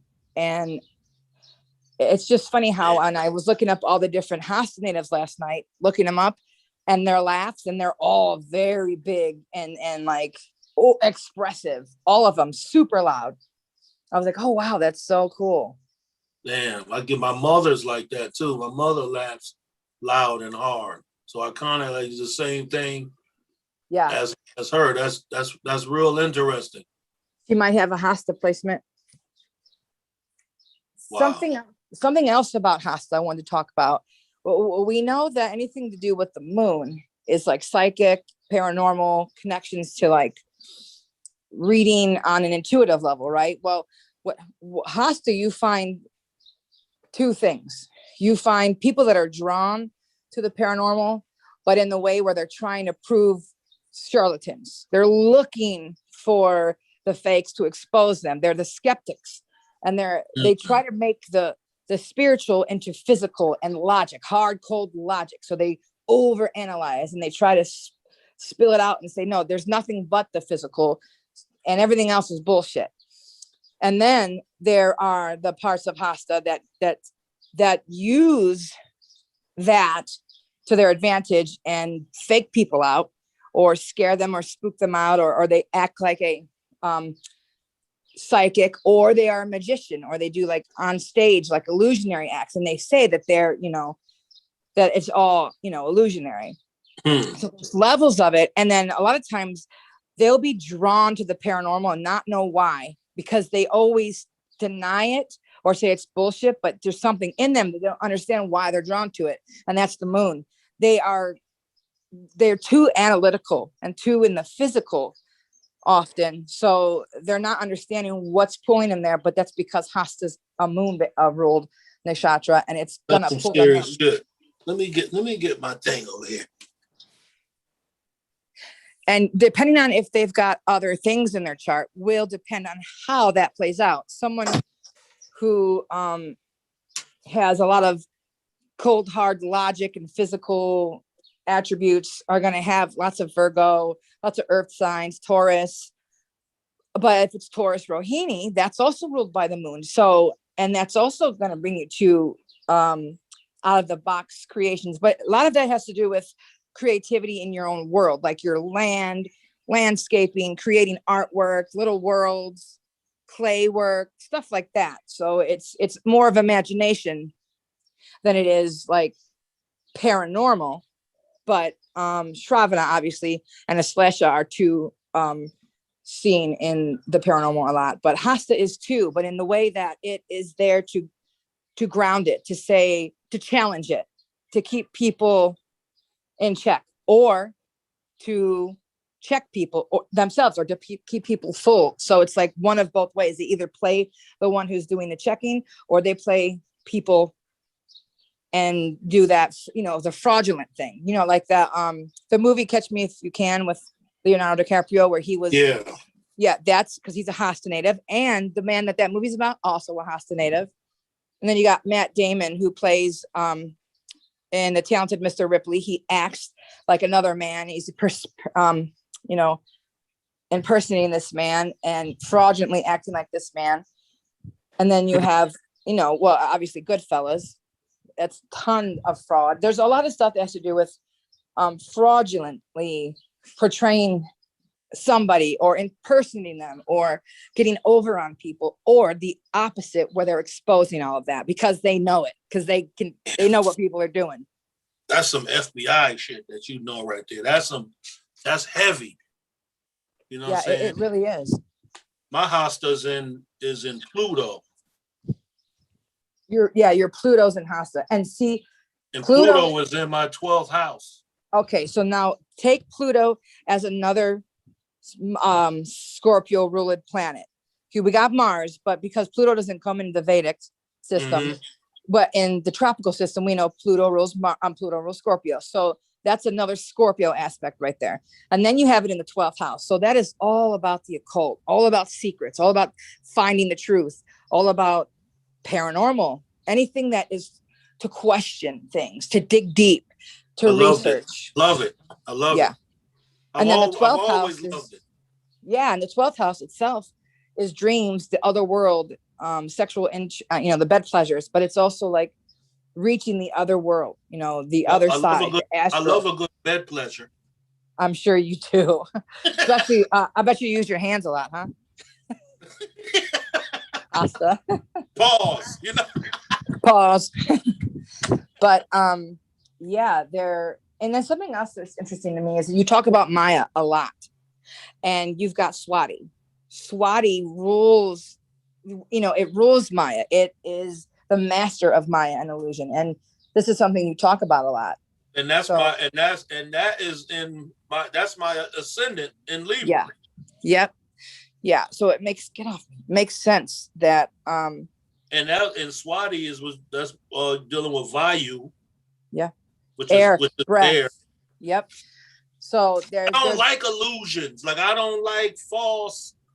Well, see, that's Hasta. The Hasta doesn't like the illusions, but what Swati is the control over the air and the space of its own self. It's control over that, so it can cast its own illusions and control them. But having Hasta the way you do, you're able to catch other people's bullshit, but you're still able to cast your own if you want to create your own reality, because everything that we see as physical is just an illusion, right? So there's this ability to control one's space and to control and to control the reality that they're in, and create it, move it, and melt it, and merge it however you want, That's like when I had read that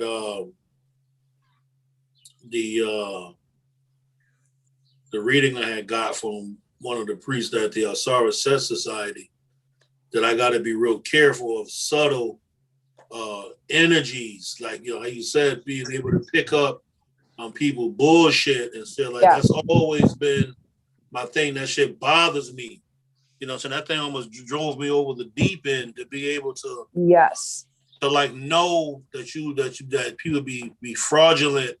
Mm-hmm. Like I was never the dude.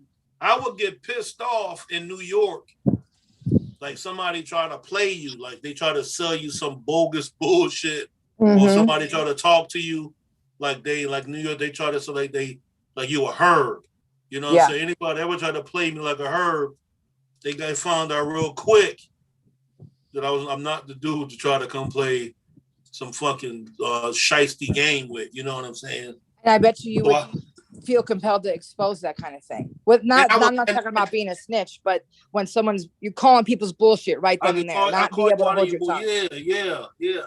Yep. And I was able to go anywhere. I can go anywhere and not ever. When I moved to Atlanta like a couple of years ago, I stayed there for a couple of years, right? So my aunt lived in Stone Mountain, so she's in a nice house and all of this. So I was like, I'm gonna go out and I'm gonna go look at Atlanta. I got on the MARTA, you know what I'm saying? I'm driving, I'm all through Atlanta, boom, I get off. So I go to this one area, boom, I go there. I found somebody had some weed over there, you know what I'm saying? I ain't know nobody, I was by myself. So I'm chilling over there, boom, chilling. I'm at a park. Dudes came over, asking where I'm from, blah, blah. So now we all smoking. I go back to my aunt's house later on. She said, where you was at? I was worried about you. I said, I don't know. I said, I was somewhere, you know, they was calling it Bankhead or something like that. She was like, what you was? I went to one of the worst, I was in the worst area in Atlanta, having a ball, you know what I'm saying? So I'm not Oh, kind of yes, person you're able to adjust to your reality no matter I who will you're go, around. I can go anywhere and just be like, whatever, you know what Do I'm you saying? have Gemini in your chart at all, either in tropical or in sidereal? Anything in Gemini? My moon is in Gemini. Okay, that makes sense. Yeah, because that's a Gemini quality, to being able to adapt to anybody, because it's Anywhere. the communication. Yeah, anybody. And then Swati is the space itself, so the area. But then that to connect with any kind of person, that's where Gemini comes in. And it's both has to do with air, right? Yeah. Being able to change with the winds, being able to wherever you're at and go with the flow, literally. So, and people that are so fixed often think, oh, that they're being fake, or they're being two-faced, or they're not the same when they're around here. It's not about that. It's not about them. That people can be that way. I'm gonna give you one more insight into this. Is gonna be it for me. This is one insight, right? Mm-hmm. I grew up, you know what I'm saying, throughout all the bull crap. I wasn't the gangster dude. I wasn't all wild and all of that. But I hung around all the gangster dudes and hung around all the wild shit. And I was the guy that they would always come to for information. I was like the consigliere of all the gangsters. You know what I'm saying? I was the one that was like, I gotta ask you something, man. And I was, my word could have either caused destruction or brought, you know, equality. So that's kind of something about me that, and my mother used to always be like, man, you should be people's psychologist. They always ask you, yep. You know what I mean? So once you started breaking down, you know, in these charts, and I'll say again, because I said before, everybody needs to you really got to get your chart, because it goes hand in hand with this Vedic. Without knowing yourself through your natal chart, you really put this stuff over there. You're kind of lacking in your Vedic science of totality-ness of who you are. You know what I'm saying? So I appreciate you, Christian, for your insight. Mm-hmm. You always enlighten me. Like I had to write it down. Like I keep mine. I printed it out and I can just look at it, because at one point first of all, I never remember it, and it'd be so much that when you start talking, I got to go back and look at it so I can remember and see what you talk about. But every time you talk about something, I look at this chart and I be like, damn, she hitting it. It's scary that you hit it on the head like that, you know? Yeah, it's insane how much you can know about somebody just by, well, not even just by the way they look and they are. You can read, you know, the chart that they are. But just by, you know, knowing people's astrology, you can know so much about them. And just think about how a guru, when you come into the presence of like a divine guru, how they can see you instantly when you come up to them. And people be like, nah, I went there and he was eating excrement and I thought it probably did that on purpose, because he already saw your whole natal chart. Like you nothing. So, you know, you're not even built for this right here. So it's deep how in depth it goes.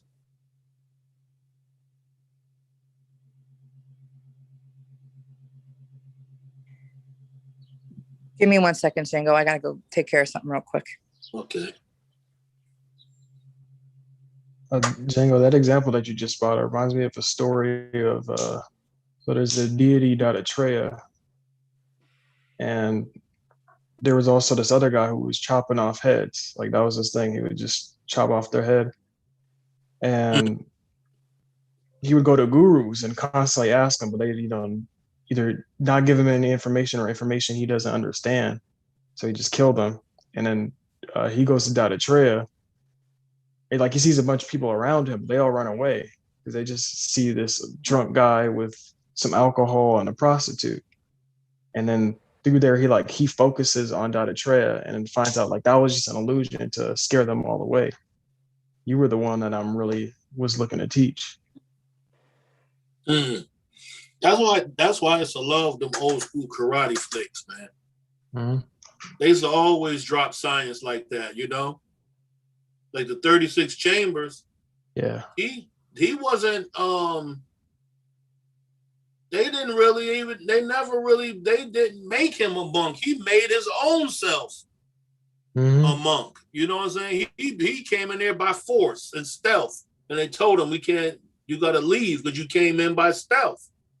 But then he literally forced his way, cut his own hair. For those who've seen the movie know the story, but yeah.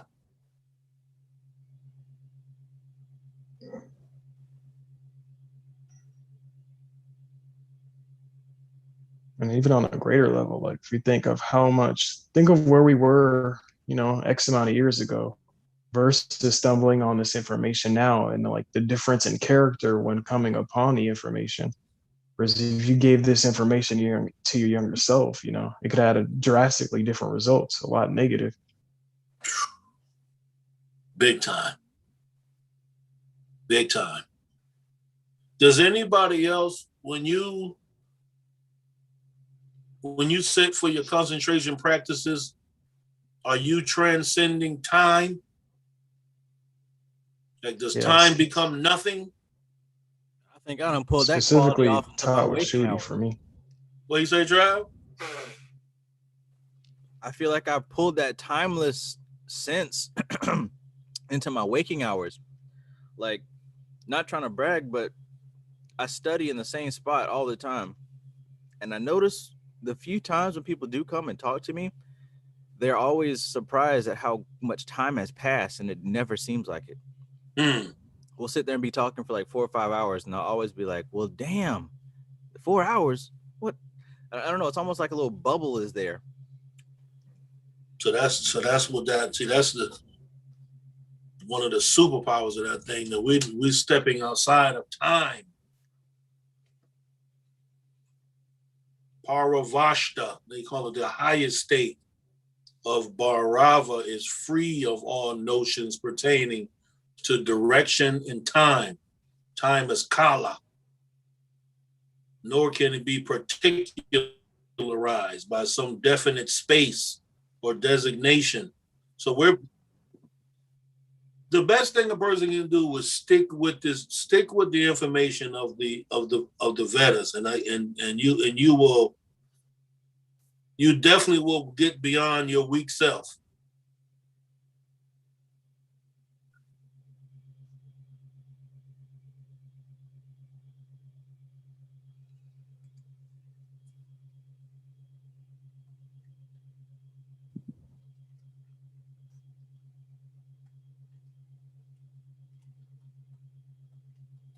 Yeah. See, I'm looking at Straight Panther said that when you 36 chambers, it was an example of how to weave your own destiny.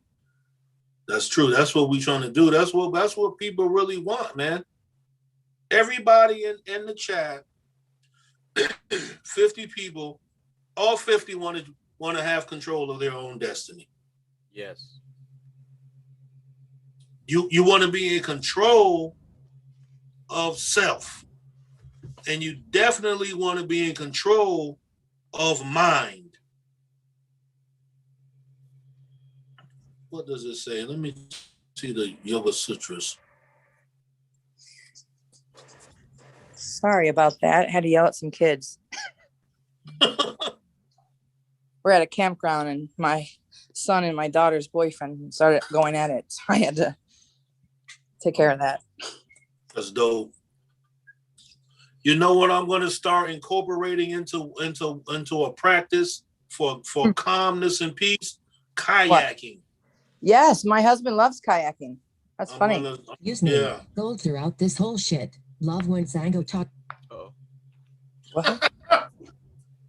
She just went in. she said, "Love this whole shit. I love when Shango's talking." What? I want to read this here. Wayne M says, "Thanks, Trav, for that clearer understanding of the importance of concentration.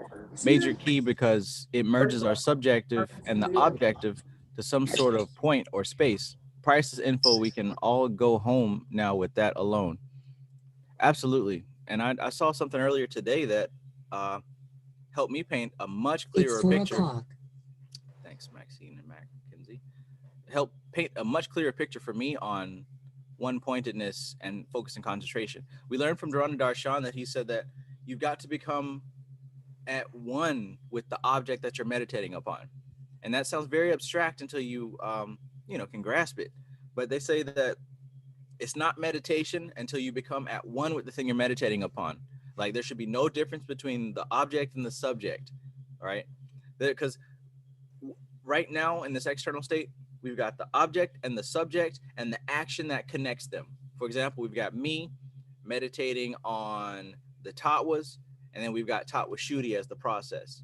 So what happens is me meditating and meditating on the tatwas should become one and the same. Like I should become the tatwas, and the process of tattwa shuddhi should be, as a byproduct, erased. Like there should just be the experience of me meditating on the tatwas. That should be oneness.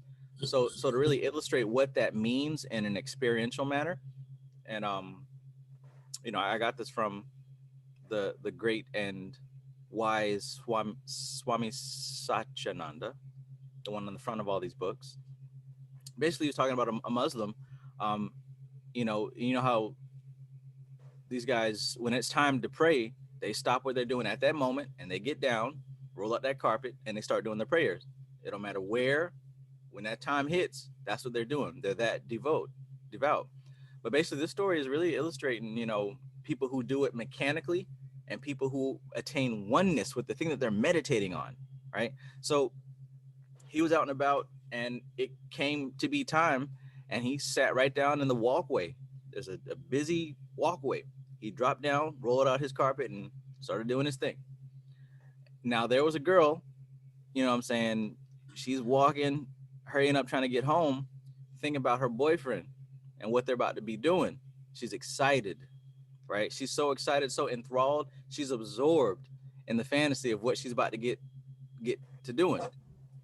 She's so absorbed, in fact, that she walks all over this man in his carpet and keeps it pushing. She don't even stop. She keeps on going.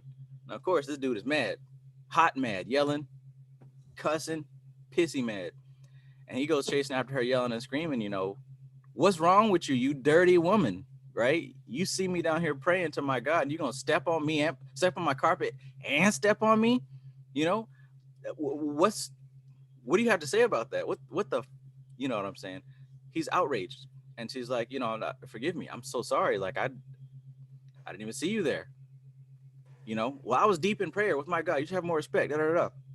And she's like, I'm sorry. I was just so wrapped up in my thoughts. But if you were so deep in prayer with your God, how did you even stop and notice that I stepped on you? Right? She was absorbed in oneness with the object of her meditation. So absorbed, she didn't even notice that she stepped on this dude in his deep prayer. He was not so absorbed, right? He had time to stop and get out and cuss and yell because she broke up his practice. Same thing. When we deal with this meditation, it's not necessarily you're in a yoga pose chanting a specific word. It's when your mind becomes one with that thing you're meditating on. When you lose yourself in the music, right? And it feels euphoric. When you in the moment with that person and you lose yourself and you're in it. Or with me, even when I was making my music, there would be times where the hours would pass and I'm sitting here listening to my beats and I'm tweaking them and I'm adding sounds and I'm saying, somebody else in the room and we vibing, like that timeless moment. When you're able to achieve that, that's one pointed focus and concentration.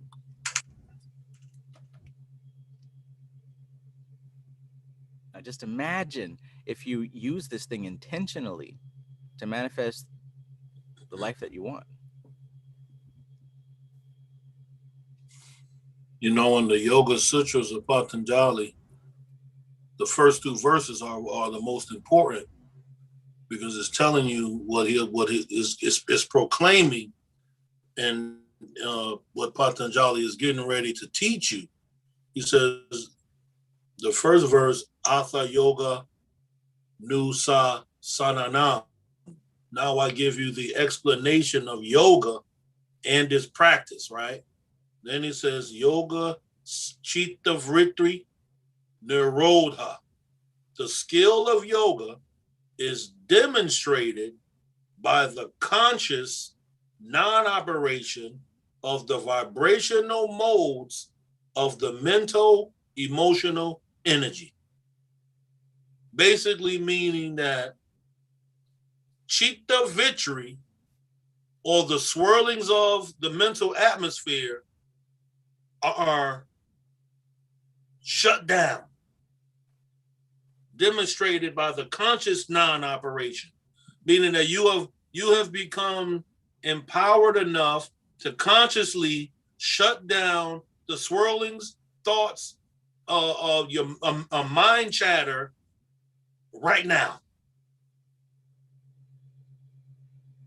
So where that you can be anywhere and nothing influences your mind. You should, and I believe in the Dharana Darshan, it mentions that nothing should be influencing your mind.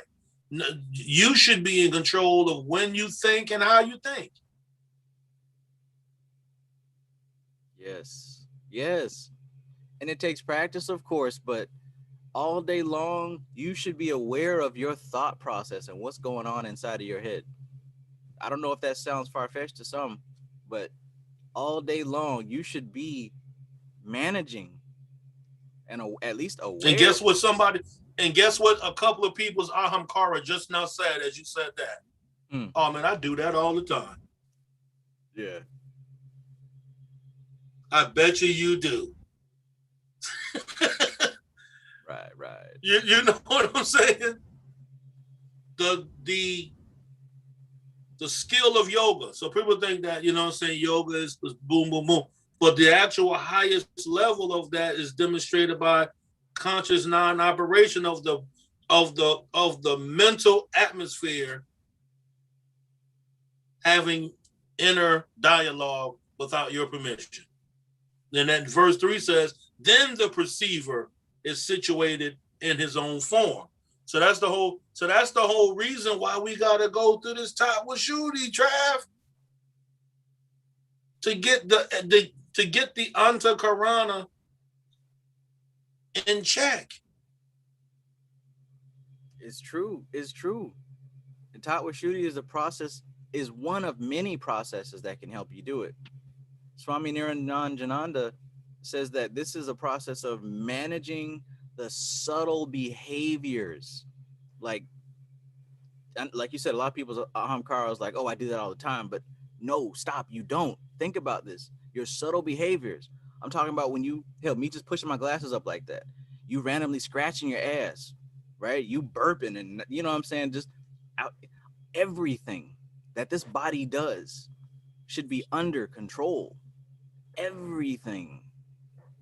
The subtle behaviors. You got to get to the point where you're able to manage the subtle behaviors. You have an impulse to pick your nose, but before you even lift a finger to do so, you already got that managed. You already know, you know. The chemical process that took a split second for you to feel like I just went like this because I had a itching on the side of my nose and just went up, boom, like that. Didn't think about it, just did it. After I did it, then you think about it. That it took a split. You can't even count it. The speed of thought is beyond the speed of light. It is infinite amount of seconds that the mind just does. But what you said, just to reflect on what you said, on page 51, it says it is evident that in these not that part. Yoga Sutras? Mana on back on TATTWA SHUDDHI on page 51. It says manas and chitta being a part of the consciousness and subconscious awareness, not consciousness, but conscious and subconscious awareness, dominate the actions and thoughts of the Jagriti and Swapna. So you got to go back up. Jagriti means consciousness and Swapna is subconsciousness. So your mind and these thought patterns of the mind constantly have their own shit going on without you even coordinating it. So we've got here the antakarana, which is different levels of mental activity, different levels of subtle mental activity, all doing their own thing. Ahamkara doing its thing. Right here, you just talked about Manas doing its thing, Chitta. Everybody is vying for the driver's seat. And you telling me, oh, I do that all the time. No, you are contending with multiple forces. You ever played basketball and you play the nigga don't never follow nothing. He don't never pass the ball. Nigga don't post up. It's never no rules to him. You just do whatever. What if you got 3 or 4 people on your team all doing that shit? It's not even a team anymore. It's not a team. It's just a bunch of people just all on the basketball court. Like, yeah, what the fuck? So imagine what happens when that team goes against an actual team. Right? That's the equivalent of that's a scattered mind going against a focused mind. All kind of texts being called. That nigga technical, man. What the fuck? You're doing your own thing. And then it continues and says, Buddhi and ahamkara are present in varying degrees of refinement in Jagriti, Swapna, and Sushupti states. However, as these faculties have evolved out of each other and formed the same principle of Shakti, their interdependence and invasion on each other are inevitable. That's where we at. We're at the inevitable because we didn't been brought down and cooked down. It's like we're crack. Every manifested person is crack. And then cook. You can't get no more alchemy than cooking crack. Yeah. All the elements there. You got water, you got fire, you got something that then originally grew from the ground, but it been transformed into a paste and dried and blah, blah, blah. But the whole thing, that's what we are. We then came from one essence and then went down to multiple essences.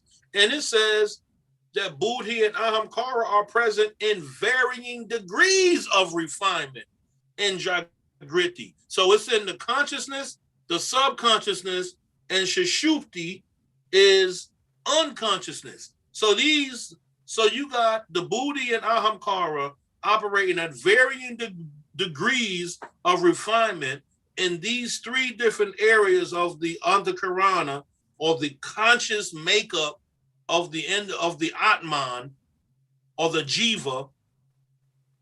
And we wonder why shit going out of control and we're depressed and we feel weak. We feel I should be doing something different. I'm not where I'm at. I didn't spend all these years in college and I'm not doing nothing. I'm ready to do this. I'm sick of this. I'm gonna go get drunk. You know what I'm saying? Why do you think? Oh.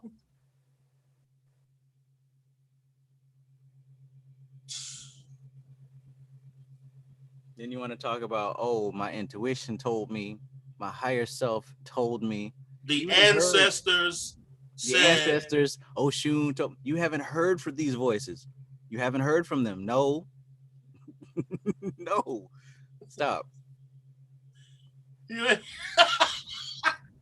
You have not heard the voice of Oshun ever. And even you're if hearing a manifested, you're hearing a deity because you manifested it, but you're not hearing the refined, pure essence of what this deity represents. You're representing it the way that you want to represent it.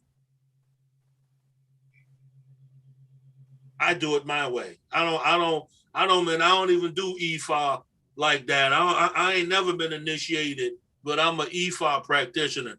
Dude, you can't even practice Ifa unless you're initiated. How are you not gonna follow the shit been going on for hundreds of years? Now you gonna change it? Right, with your limited experience. You gonna With your adjust limit, it? Huh? half the ingredients, I was following the path of Palo Mayombe and I had to leave that shit alone.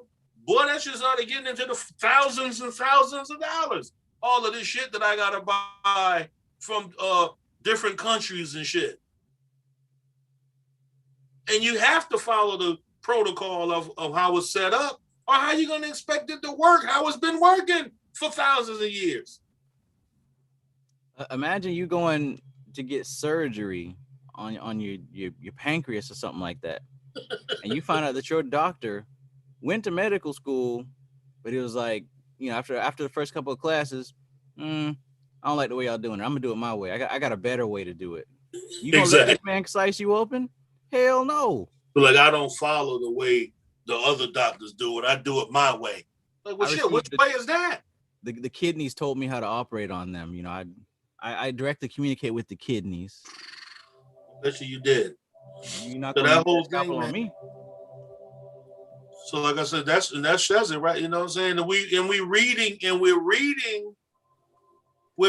information, we're intaking digestible information that's breaking it all down of how it works and how to get that shit away from you. How not to be like that no more. And if you keep reading it, it says it is evident that in these three states of consciousness, Antakarana is under the sway of the three. Go back to the three gunas, modifying itself to the guna, which is predominant at any particular time.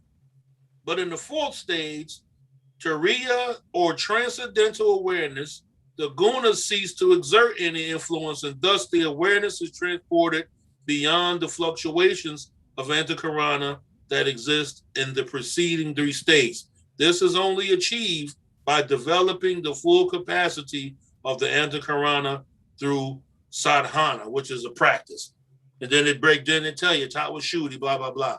So the whole thing is, we really do have the kryptonite to fucking take Superman, who's your overactive ego, the fuck out of here.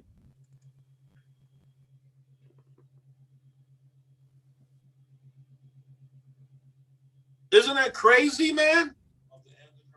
Why would people hide this type of useful information from the populace? You know who would hide it? Ego. Ahamkara. Manifested on the physical plane. That's who would hide it. And we know that the ego is operating under what guna? Tamas. And tamas has an element. Well, actually has you can mix the elements with it, but we know that the particular atmosphere that it will come in is Agni, but it will also come in fluid as well too, which is under Agni.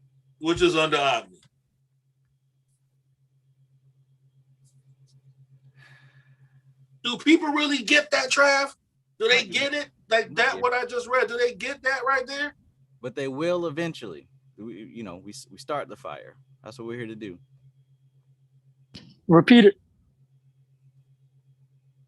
Well, basically, I read page 51. I know that was KP. Yes, sir. KP walking from Manhattan to Staten Island right now. You know what I'm saying? I'm dead walking right now. That's crazy. I know you. What up, KP? What up, KP? But that right there in a nutshell, this whole book was filled with so many with so many gems that you open it, they falling out. It's like diamonds falling out of it, rubies, you know what I'm saying? I tried to tell everybody. I don't know if they see them yet, but it's a tiny book, but it's jam-packed. It says manas and chitta, being a part of the conscious and subconscious awareness, dominate the actions and thoughts of the Jagriti and Swapna states. So the Jagriti and Swapna states is consciousness and subconsciousness. So manas, mind, chitta is the awareness, isn't it? The memory and like Yeah, where memory's at. Subconscious. And then so look how deep that is. So now you got memories on top of memories on top of memories that just keep working against you. So you got these little pockets of memories, almost like little spirits that are constantly reminding you how to think. But then I'm starting to correlate that all to demonic forces. Right. That's what I was getting at. So that right there is nothing but as you look on page, you know what? I would love for somebody to do that. How on page. Oh. All right, there we go. When it breaks down that the evolution of the elements, it gives you that graph of the macrocosmos. You can take all of these and say like you break these down, and then you correlate them to the because you know they do the same thing with the angels, the archangels, and the angels of these different realms and blah blah blah. This is nothing but all of this. You know, what you just said, Trav, is like mini spirits. That's something that I literally just developed a few days ago with doing a ritual. Like I started thinking of kind of all these samskaras, but like as a physical entity. And I would use that like little mini entity as a sacrifice in my rituals. Man, y'all. You sound like a Sith. Yeah. You studying Sith? You studying Sith sorcery? That's man. That's how I knew all this in Star Wars. So I got into it. Look, you could sit here and really map yourself out.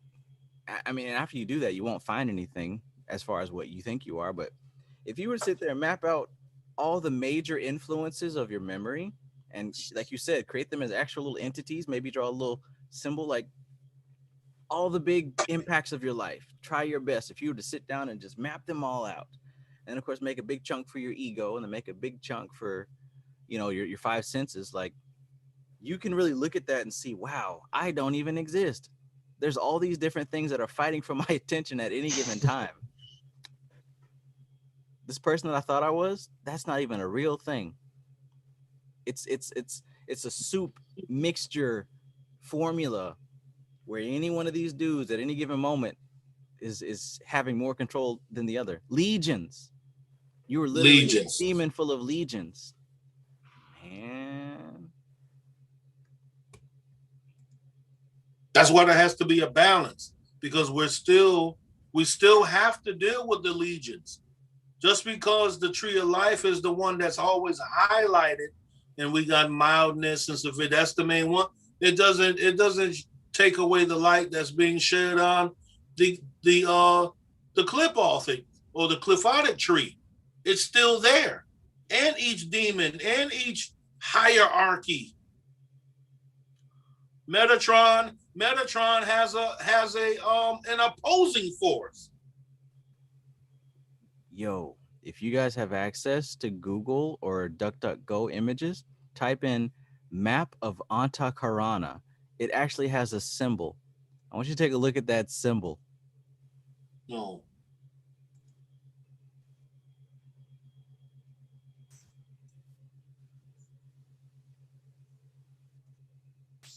What the hell?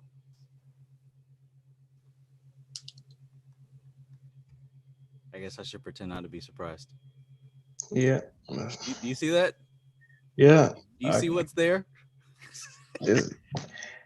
Nothing escapes us. I gotta look it up. I can't take credit for it because I didn't do that. I literally just saw that minutes ago because you talked about mapping it out. So I went to go see if there was a map made. I see there's a sigil for Antakarana. So what did you put? I put map of Antakarana, and I went to Google Images, and I see a symbol that keeps popping up.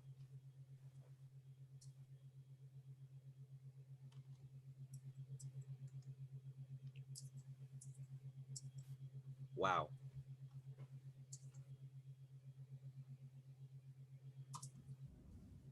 Things are coming full circle, I suppose. Mm-hmm. Do you see it? Yeah.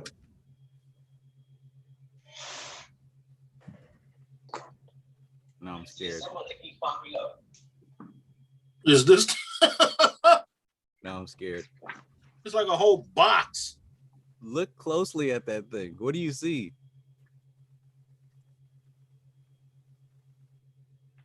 Give it a minute.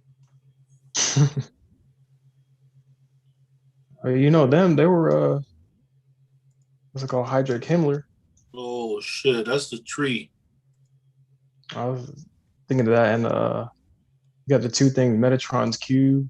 That's how it's like the center of the tree. 777. That's 777. You're absolutely right. Or collectively an X.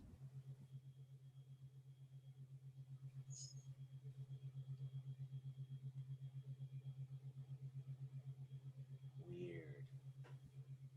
Everything should be seen differently now. When you go back to the Necronomicon, you can smell it from a whole different point of view now.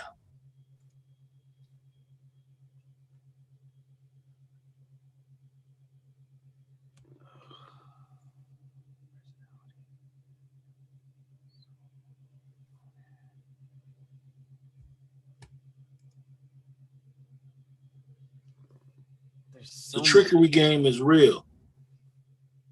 So much more information. Even all this still feels like the tip of the iceberg. You know that's a Reiki symbol. That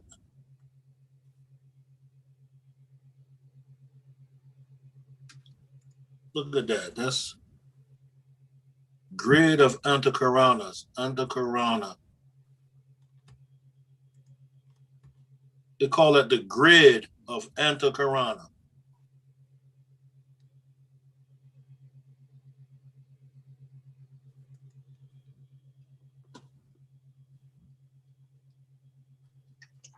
We supposed to be.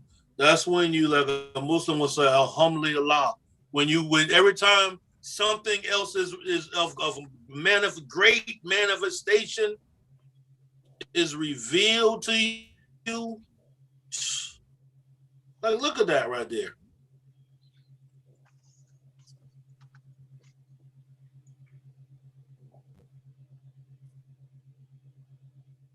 Weird. That's a mandala. Yes.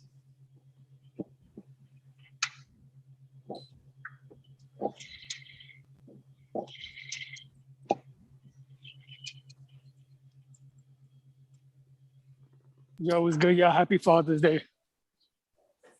Oh yeah, good. Yeah, happy Father's Day. Peace. Yo, I'm asking y'all one more question. Another question.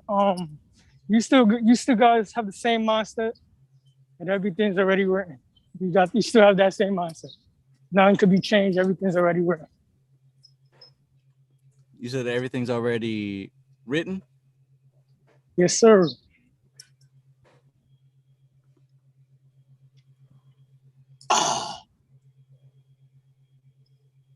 Depending on perspective, yes. You clarify? Oh, my bad. Yeah. Everything that is under Tifereth, right? Nothing under the sun. Everything that's operating from the level of Antakarana or ego or five senses, everything that's operating from within the objective realm and only that, then the story is written. it's written, and she mentions that, and the chapter few chapters we were reading ago about how hold on.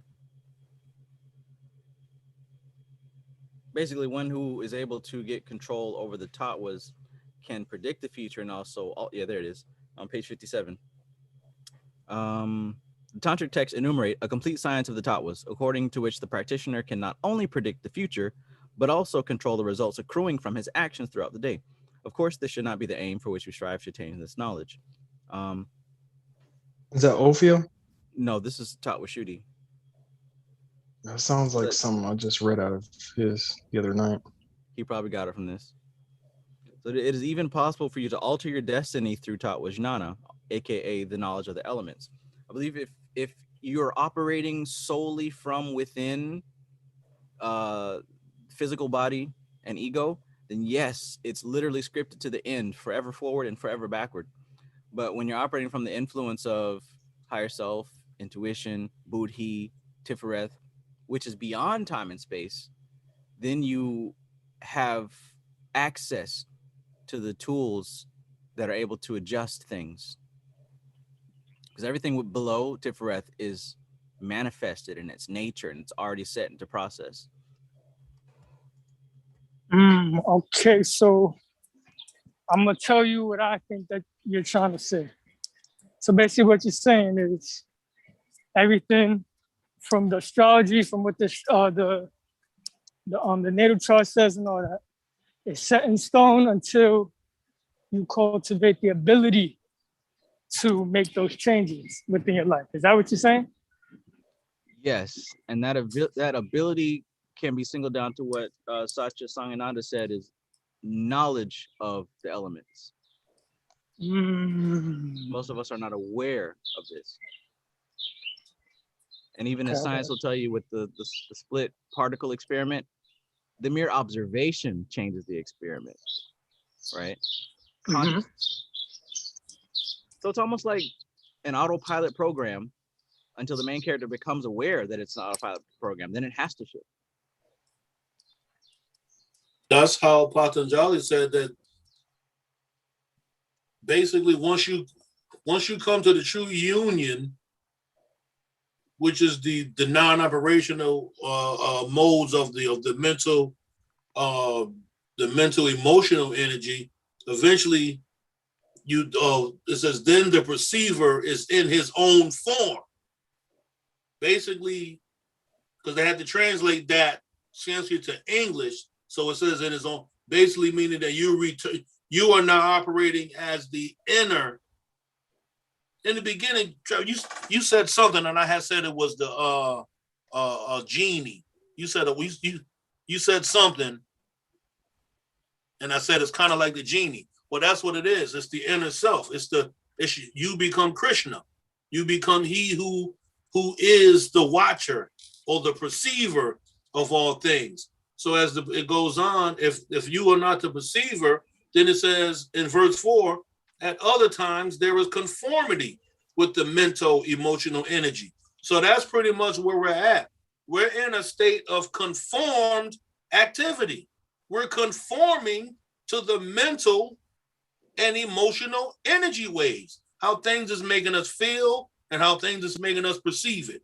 So once we get in control of that all the time consciously, nothing's making us do anything. So we're actively aware of what we're doing. We're just not operating in a subconscious form. So when you go on, Patanjali said the vibrations in the mental emotional energy are fivefold, being agonizing or non-troublesome.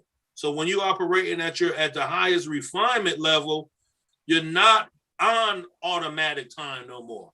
You're consciously doing what you need to do, but you have to have that your foundation is going to be realizing that, of course, your manifestation of the higher consciousness acting through Prakriti, which is nature.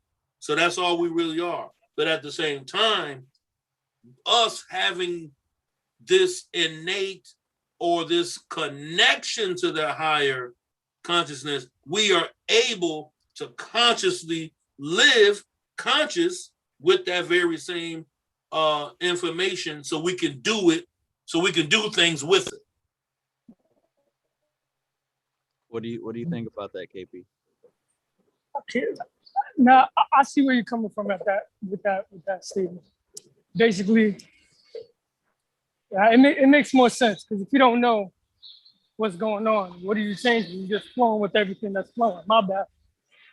It's getting a little loud out here. And yeah, and NLP, what do they call that? Amar he mentioned it, I think last week. It was called conscious, unconscious. What was it? Unconscious, conscious. I know what you're talking about. Unconscious consciousness or something like that. So that's why I always have. So that's why one day I need to get me a lazy Susan. Like they said Thomas Jefferson used to have a lazy Susan, and he had certain books. Unconscious competence. That's what it is. So the whole thing is that right there is an offshoot when it says in the Patanjali that when you have these fivefold emotional and mental energies that are troublesome and non-troublesome, it labels them as correct perception, incorrect perception, imagination, sleep, and memory. Those are the things. When we let those operate unconsciously, then we fall victim to being a fucking zombie. KP. Yo. So you remember on the Tree of Life how we were going through Dion Fortune's Tree of Life, and how she talked about at each stage of the tree, manifestation became just a little bit more defined. How the journey went a little bit more away from force and closer to form. You remember that part? Yeah, Do you recall how things were in Yesod, in the moon sphere? Just like what the moon sphere represents? Is that what you're asking? In reference to manifestation, like if Malkuth was like the solidified final product, this is where the physical plane is, where everything is concrete, and the moon was like the etheric. Yeah. The etheric realm. Okay. Do you recall what was going on in Hod and Netzach? Nah, those two I do not remember. So in Hod and Netzach, she was talking a lot about how this is where the patterns started to solidify. How in Netzach, she was a lot like nature, Mother Nature herself, where things would begin to become a bit more organized, more in a horde type of form. Nothing quite specific, but you could almost see these as like the legions of the Goetic spirits, but not anything particular, right? But the patterns were really beginning to form. And then on the next side with Hod, these patterns begin to get more distinguished into these archetypes that you're starting to see separation and distinction between them all. But notice this is left brain, right brain, science and art, and they synthesize in Yesod, which makes the etheric plane. So there seems to be this organization of the troops, right? The faceless troops, because I said horde. And it's not just a horde of demons, of course. It's a horde of ideas, a horde of concepts. This is where the general ideas are starting to take a very clean and distinct shape, but they pour down into the cup of Yesod, into the imagination realm, into the etheric plane, where we can firmly grasp. Yesod is more like the movie screen that we use when we close our eyes and we can imagine. Well, the computer code behind those imaginings are what's going on in Hod and Netzach. But the thing is, those are that's an automatic process. It's in the realm of effect. It's already been set in place. There has been impulses that have been sent out, and those impulses are turning into patterns, and those patterns are turning into things. So when we're in those realms, we're really just receiving. So that's still not free will. It's already set in place. So even if that's why she mentioned people who only go up to Yesod and say, I've received this vision or whatever, they're just being controlled and pushed along by principalities and powers in high places. It isn't until you really reach that level of the higher self, or what the Vedic text is calling buddhi. It isn't until you reach that level that you start to access free will, because it is not solidified into time and space. It's still outside of the patterns that are manifesting. Now, the archetypes, I said, the patterns, the horde, the faceless horde, everything that falls up under that is the zodiac, day-to-day activity, memories, experiences, life, everything that we know of. But everything above that, things get more and more abstract, and they become more pure and more undifferentiated. If you're up there, that's free will, because you're becoming less manifested. Now, we're talking about TATTWA SHUDDHI here. We're talking about how the elements, as they become more and more dense, they become more locked in, right? Air is freely moving. The fire is still moving, but it's transforming into something visible and tangible. The water, it's still moving, but it's pretty much confined. And then the earth, everything is in its own little prison cell. When you're at this level, there's no free will. It is what it is. It's locked. So if our consciousness is at that level, there's no free will. You're going to go where your locked consciousness is designated to go. It's called karma. But if we're able to do practices that allow us to transcend elemental consciousness, that's what Niranjanananda said in Dharana Darshan. When we're able to transcend elemental consciousness, we touch that space that's beyond the physical plane. We start to escape the laws of karma and cause and effect. Okay. And now, how would you realize when you reach that state? Because at the end of the day, if you're moving here and towards, wouldn't there be like, there's a time when you're going to be able to even access that free will? So it's like, you know what I'm trying to say? I do. So it's actually really easy. You know, it's understanding the distinction between ego and intuition. When you're moving away from that state of intuition and free will, when you're moving away from it, you're identifying with ego and attachment to the things you're experiencing. That's why everything yoga is about non-attachment. When you really integrate non-attachment, that's how you know. The example Shango gave earlier, when somebody says something that's kind of like a little sucker punch, little sneak attack at you, and you feel that burn in your stomach, like, yeah, and then you react. Yeah, I heard that part. That's ego, because ego needs to defend itself. But when you get to the point where you don't even feel that burn, where you recognize, I would have felt it a couple of years ago, but I understand that this person is a mirror, and he's only expressing his reaction to his experience. It has nothing to do with me.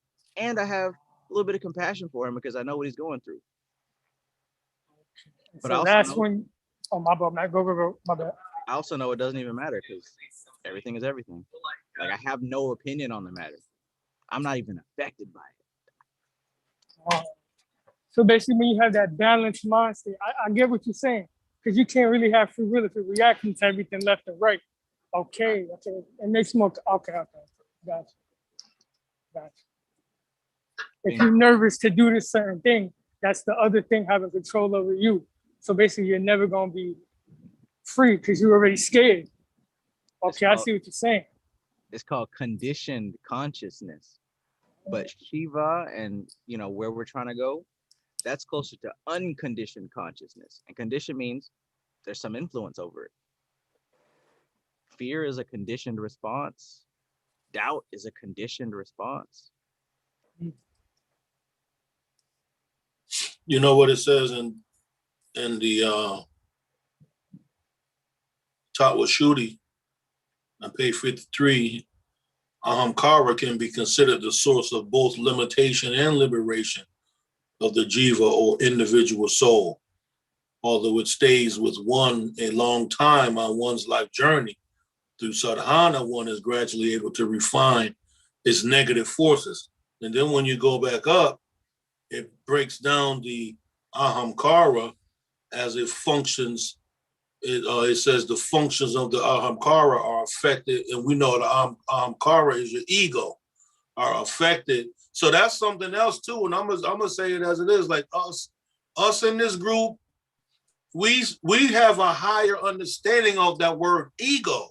We know that when we say the word ego, we're not talking about the rest of America. You know what I'm saying? How they use. We're not using the word ego from a westernized mind perspective. We're using that shit from we coming from the light from the east with the word ego. So we're gonna just say ahamkara. So ahamkara should be replacing ego, because we know ego edges God out. So if we want to use it like that as an anagram, so we know that if it edges God out, it edges out the trueness of self. You know what I'm saying? So the dog of the lower God operates only for selfish purposes. So we're getting away from that.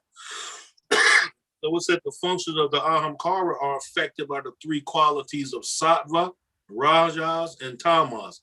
Sattvic ahamkara is responsible for the notion that I am and acts as a catalyst in the process of self-realization. Ahamkara stirs up some skaras or latent impressions from the subconscious mind, but under the influence of sattva or balance, it temporarily withdraws this function. And then you go back to the Yoga Sutras of Patanjali, and it tells, and that's what that's talking about. Memory is retained impression of experienced objects. That non-operation of the vibrational modes is achieved by effective practice and not having an interest in the very same operations. So we're not, so not having a, they say, self-interest in every fucking thing. That's what gets us in there. That's why we got to say the things like, yo, mind your fucking business. You should be minding your antakarana, which is what? Your business. Very true. If you was vibrating, if you was sattva, you balanced. Rajas, you irritated. Oh, man, I don't know about that. It's always irritated, but you always got something to say. Oh my God. Irritated, motherfucker. Always, like, you know what I'm saying? Dude, your blood pressure must be out of control. Jeez Louise. The blood must be acidic. And they know it. That's why, you know what I'm saying, when that's what they did. This is a science to what wizards do. So the whole thing, they knew that what they were doing, they were fucking with the Gunas when they locked everybody up for a year and a half under epidemic rules and guidelines. That was taking you away from certain things. But on the opposite side of that, not by them taking you away, they embedded another fear programming in you. So the people who were wise, or the 5% who don't get fooled by the lies of the 10%, they was the ones who took this shit serious and say, you know what? Let me build my sattva up. So that's when you started seeing, and it always has to have a balance, unbalanced. So when you started seeing on Instagram videos, Lizzo, and what's the other singer's name? Her. They on there talking about what crystals that they own. They got crystals and shit like that, and Lizzo playing the flute at the same time that her is playing the singing bowl. Oh, y'all just resonating the energy that people need to see to trigger your mind. To trigger your mind to be refined. People missed the point. They missed it. So the whole time we supposed to be operating from the point of not having self-interest in everything. Once we concern ourselves with multiple things, that's stimulation, hearing, seeing, touching, tasting, all of this, then you don't have no time. You take away from the time that you can be working on correct perception.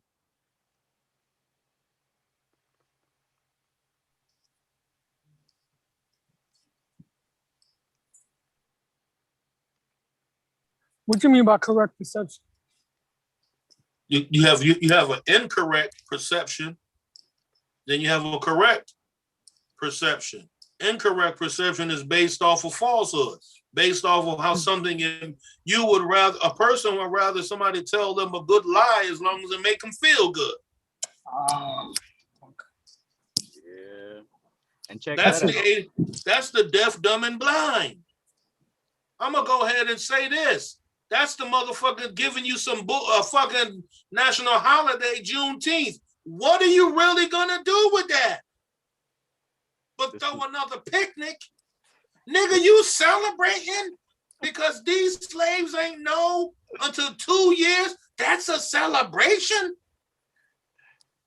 I'm just saying. I'm not being disrespectful. I'm just saying. That's why they use that time. That's what they do. That's what them wizards do. They play off of gunas.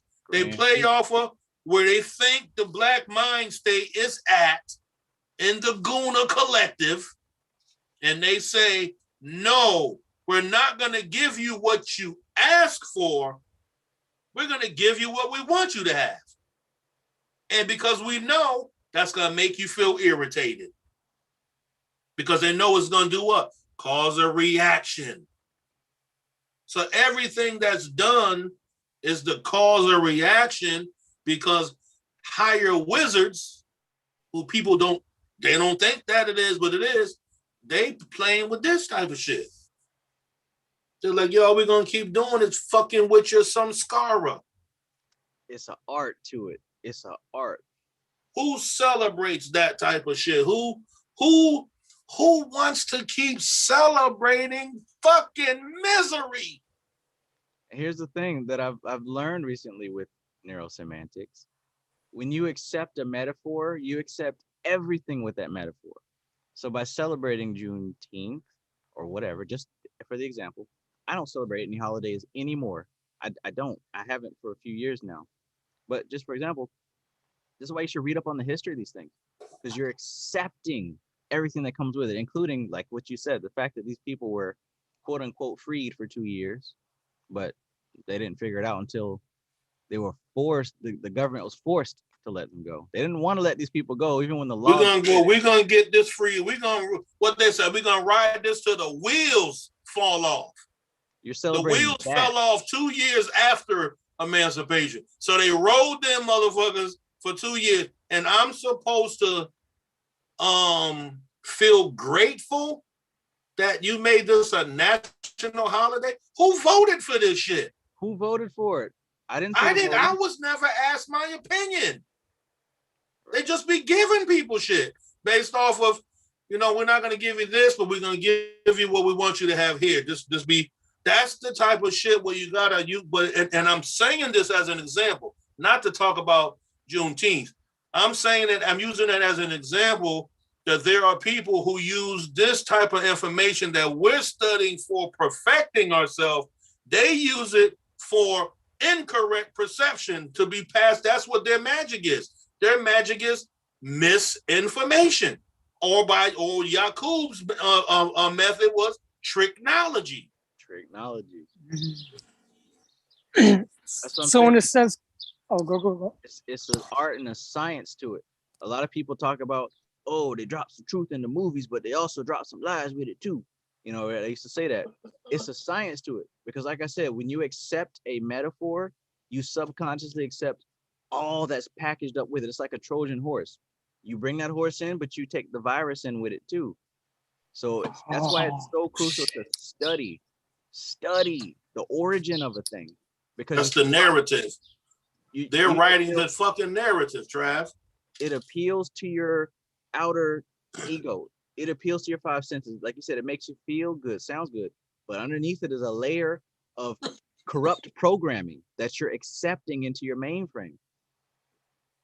with the TV shows, with the movies. I know y'all want to watch the movie because it's, you know, it got some African god in it, or it's got a black man character, or whatever makes you want to watch it. But there's a lot of metaphors underneath that you're accepting episode by episode.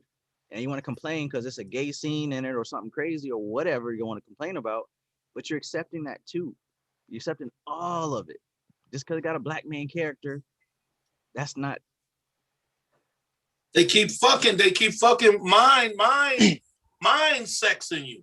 And then if you go back to TATTWA SHUDDHI, if you wise enough, you will see how they do it, because it's breaking down the sattvic functions of ahamkara. So then look at the Rajic ahamkara is a dynamic force which kindles I-ness in the individual, causing intense activity and restlessness. Ultimately, it leads to dispassion of thought and actions.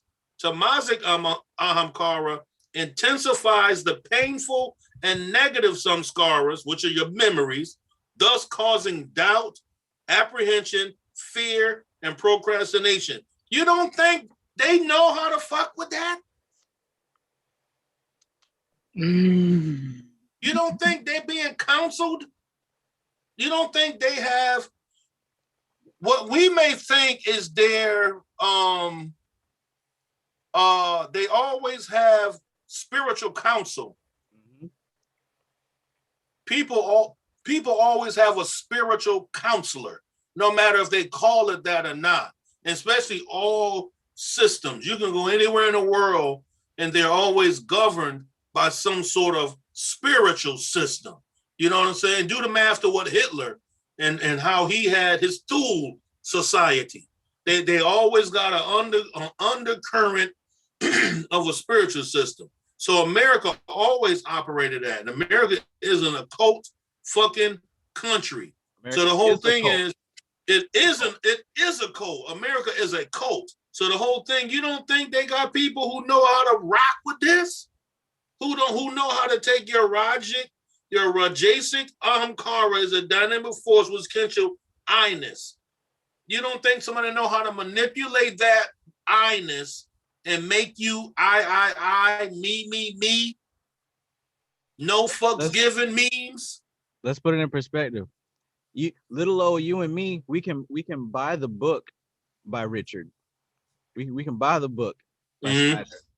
They have the money to hire them personally to get taught step by step the playbook. Exactly. So if little old you and me can buy the book, these folks getting trained by the authors. They get trained by the authors. You know what I've been thinking about lately, and this thought keeps coming to my mind, so I'm gonna put it out there in the atmosphere. I keep thinking like, yo, we need to let's try to get Svoboda on here. Oh wow. So we could talk to him. Let's ask him the Magic Society questions on his ass. You see what I'm saying? Because that's what you just said trigger my samskara to remember that. I've been thinking about that because you said these people, we can afford the books, but they can afford private, intimate time with these individuals.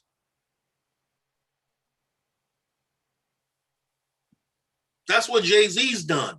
That's why he's Sean Carter now. He had to get rid of that Marcy Project shit because he know that whatever is his personal purpose that he knows why he's created, he has to do it the way that he's demonstrating it. So he know that he has the capabilities of contacting any type of a powerful thinker on the fucking globe.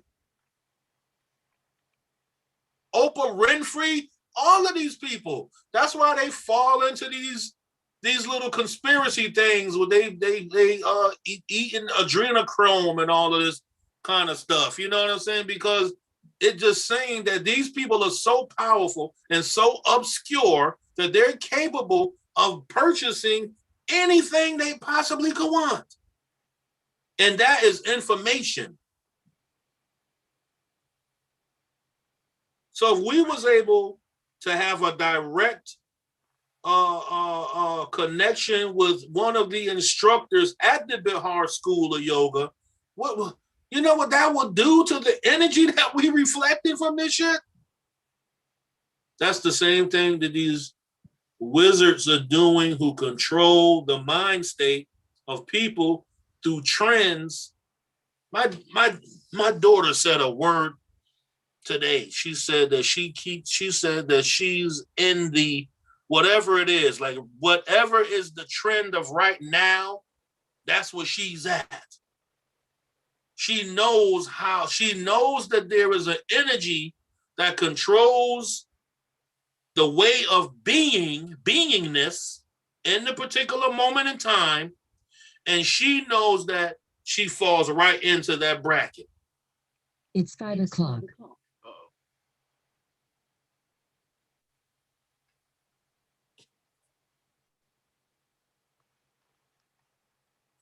You went overtime. Yeah. Oh, okay. Well, not by much. 3 hours, 30 minutes, 33 seconds. Okay. So here's what we're going to do. We're going to go ahead and close the YouTube portion and open up a new one. So if you guys are enjoying the conversation, getting value from it, getting light from it, hopefully learning something from it, or if you're just getting entertained, that's cool too, because you're downloading the keywords that you're going to look up later once you leave the stream. Stay tuned. We'll be right back. Thank you again.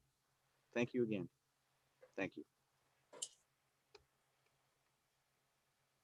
Don't go nowhere. We'll be right back.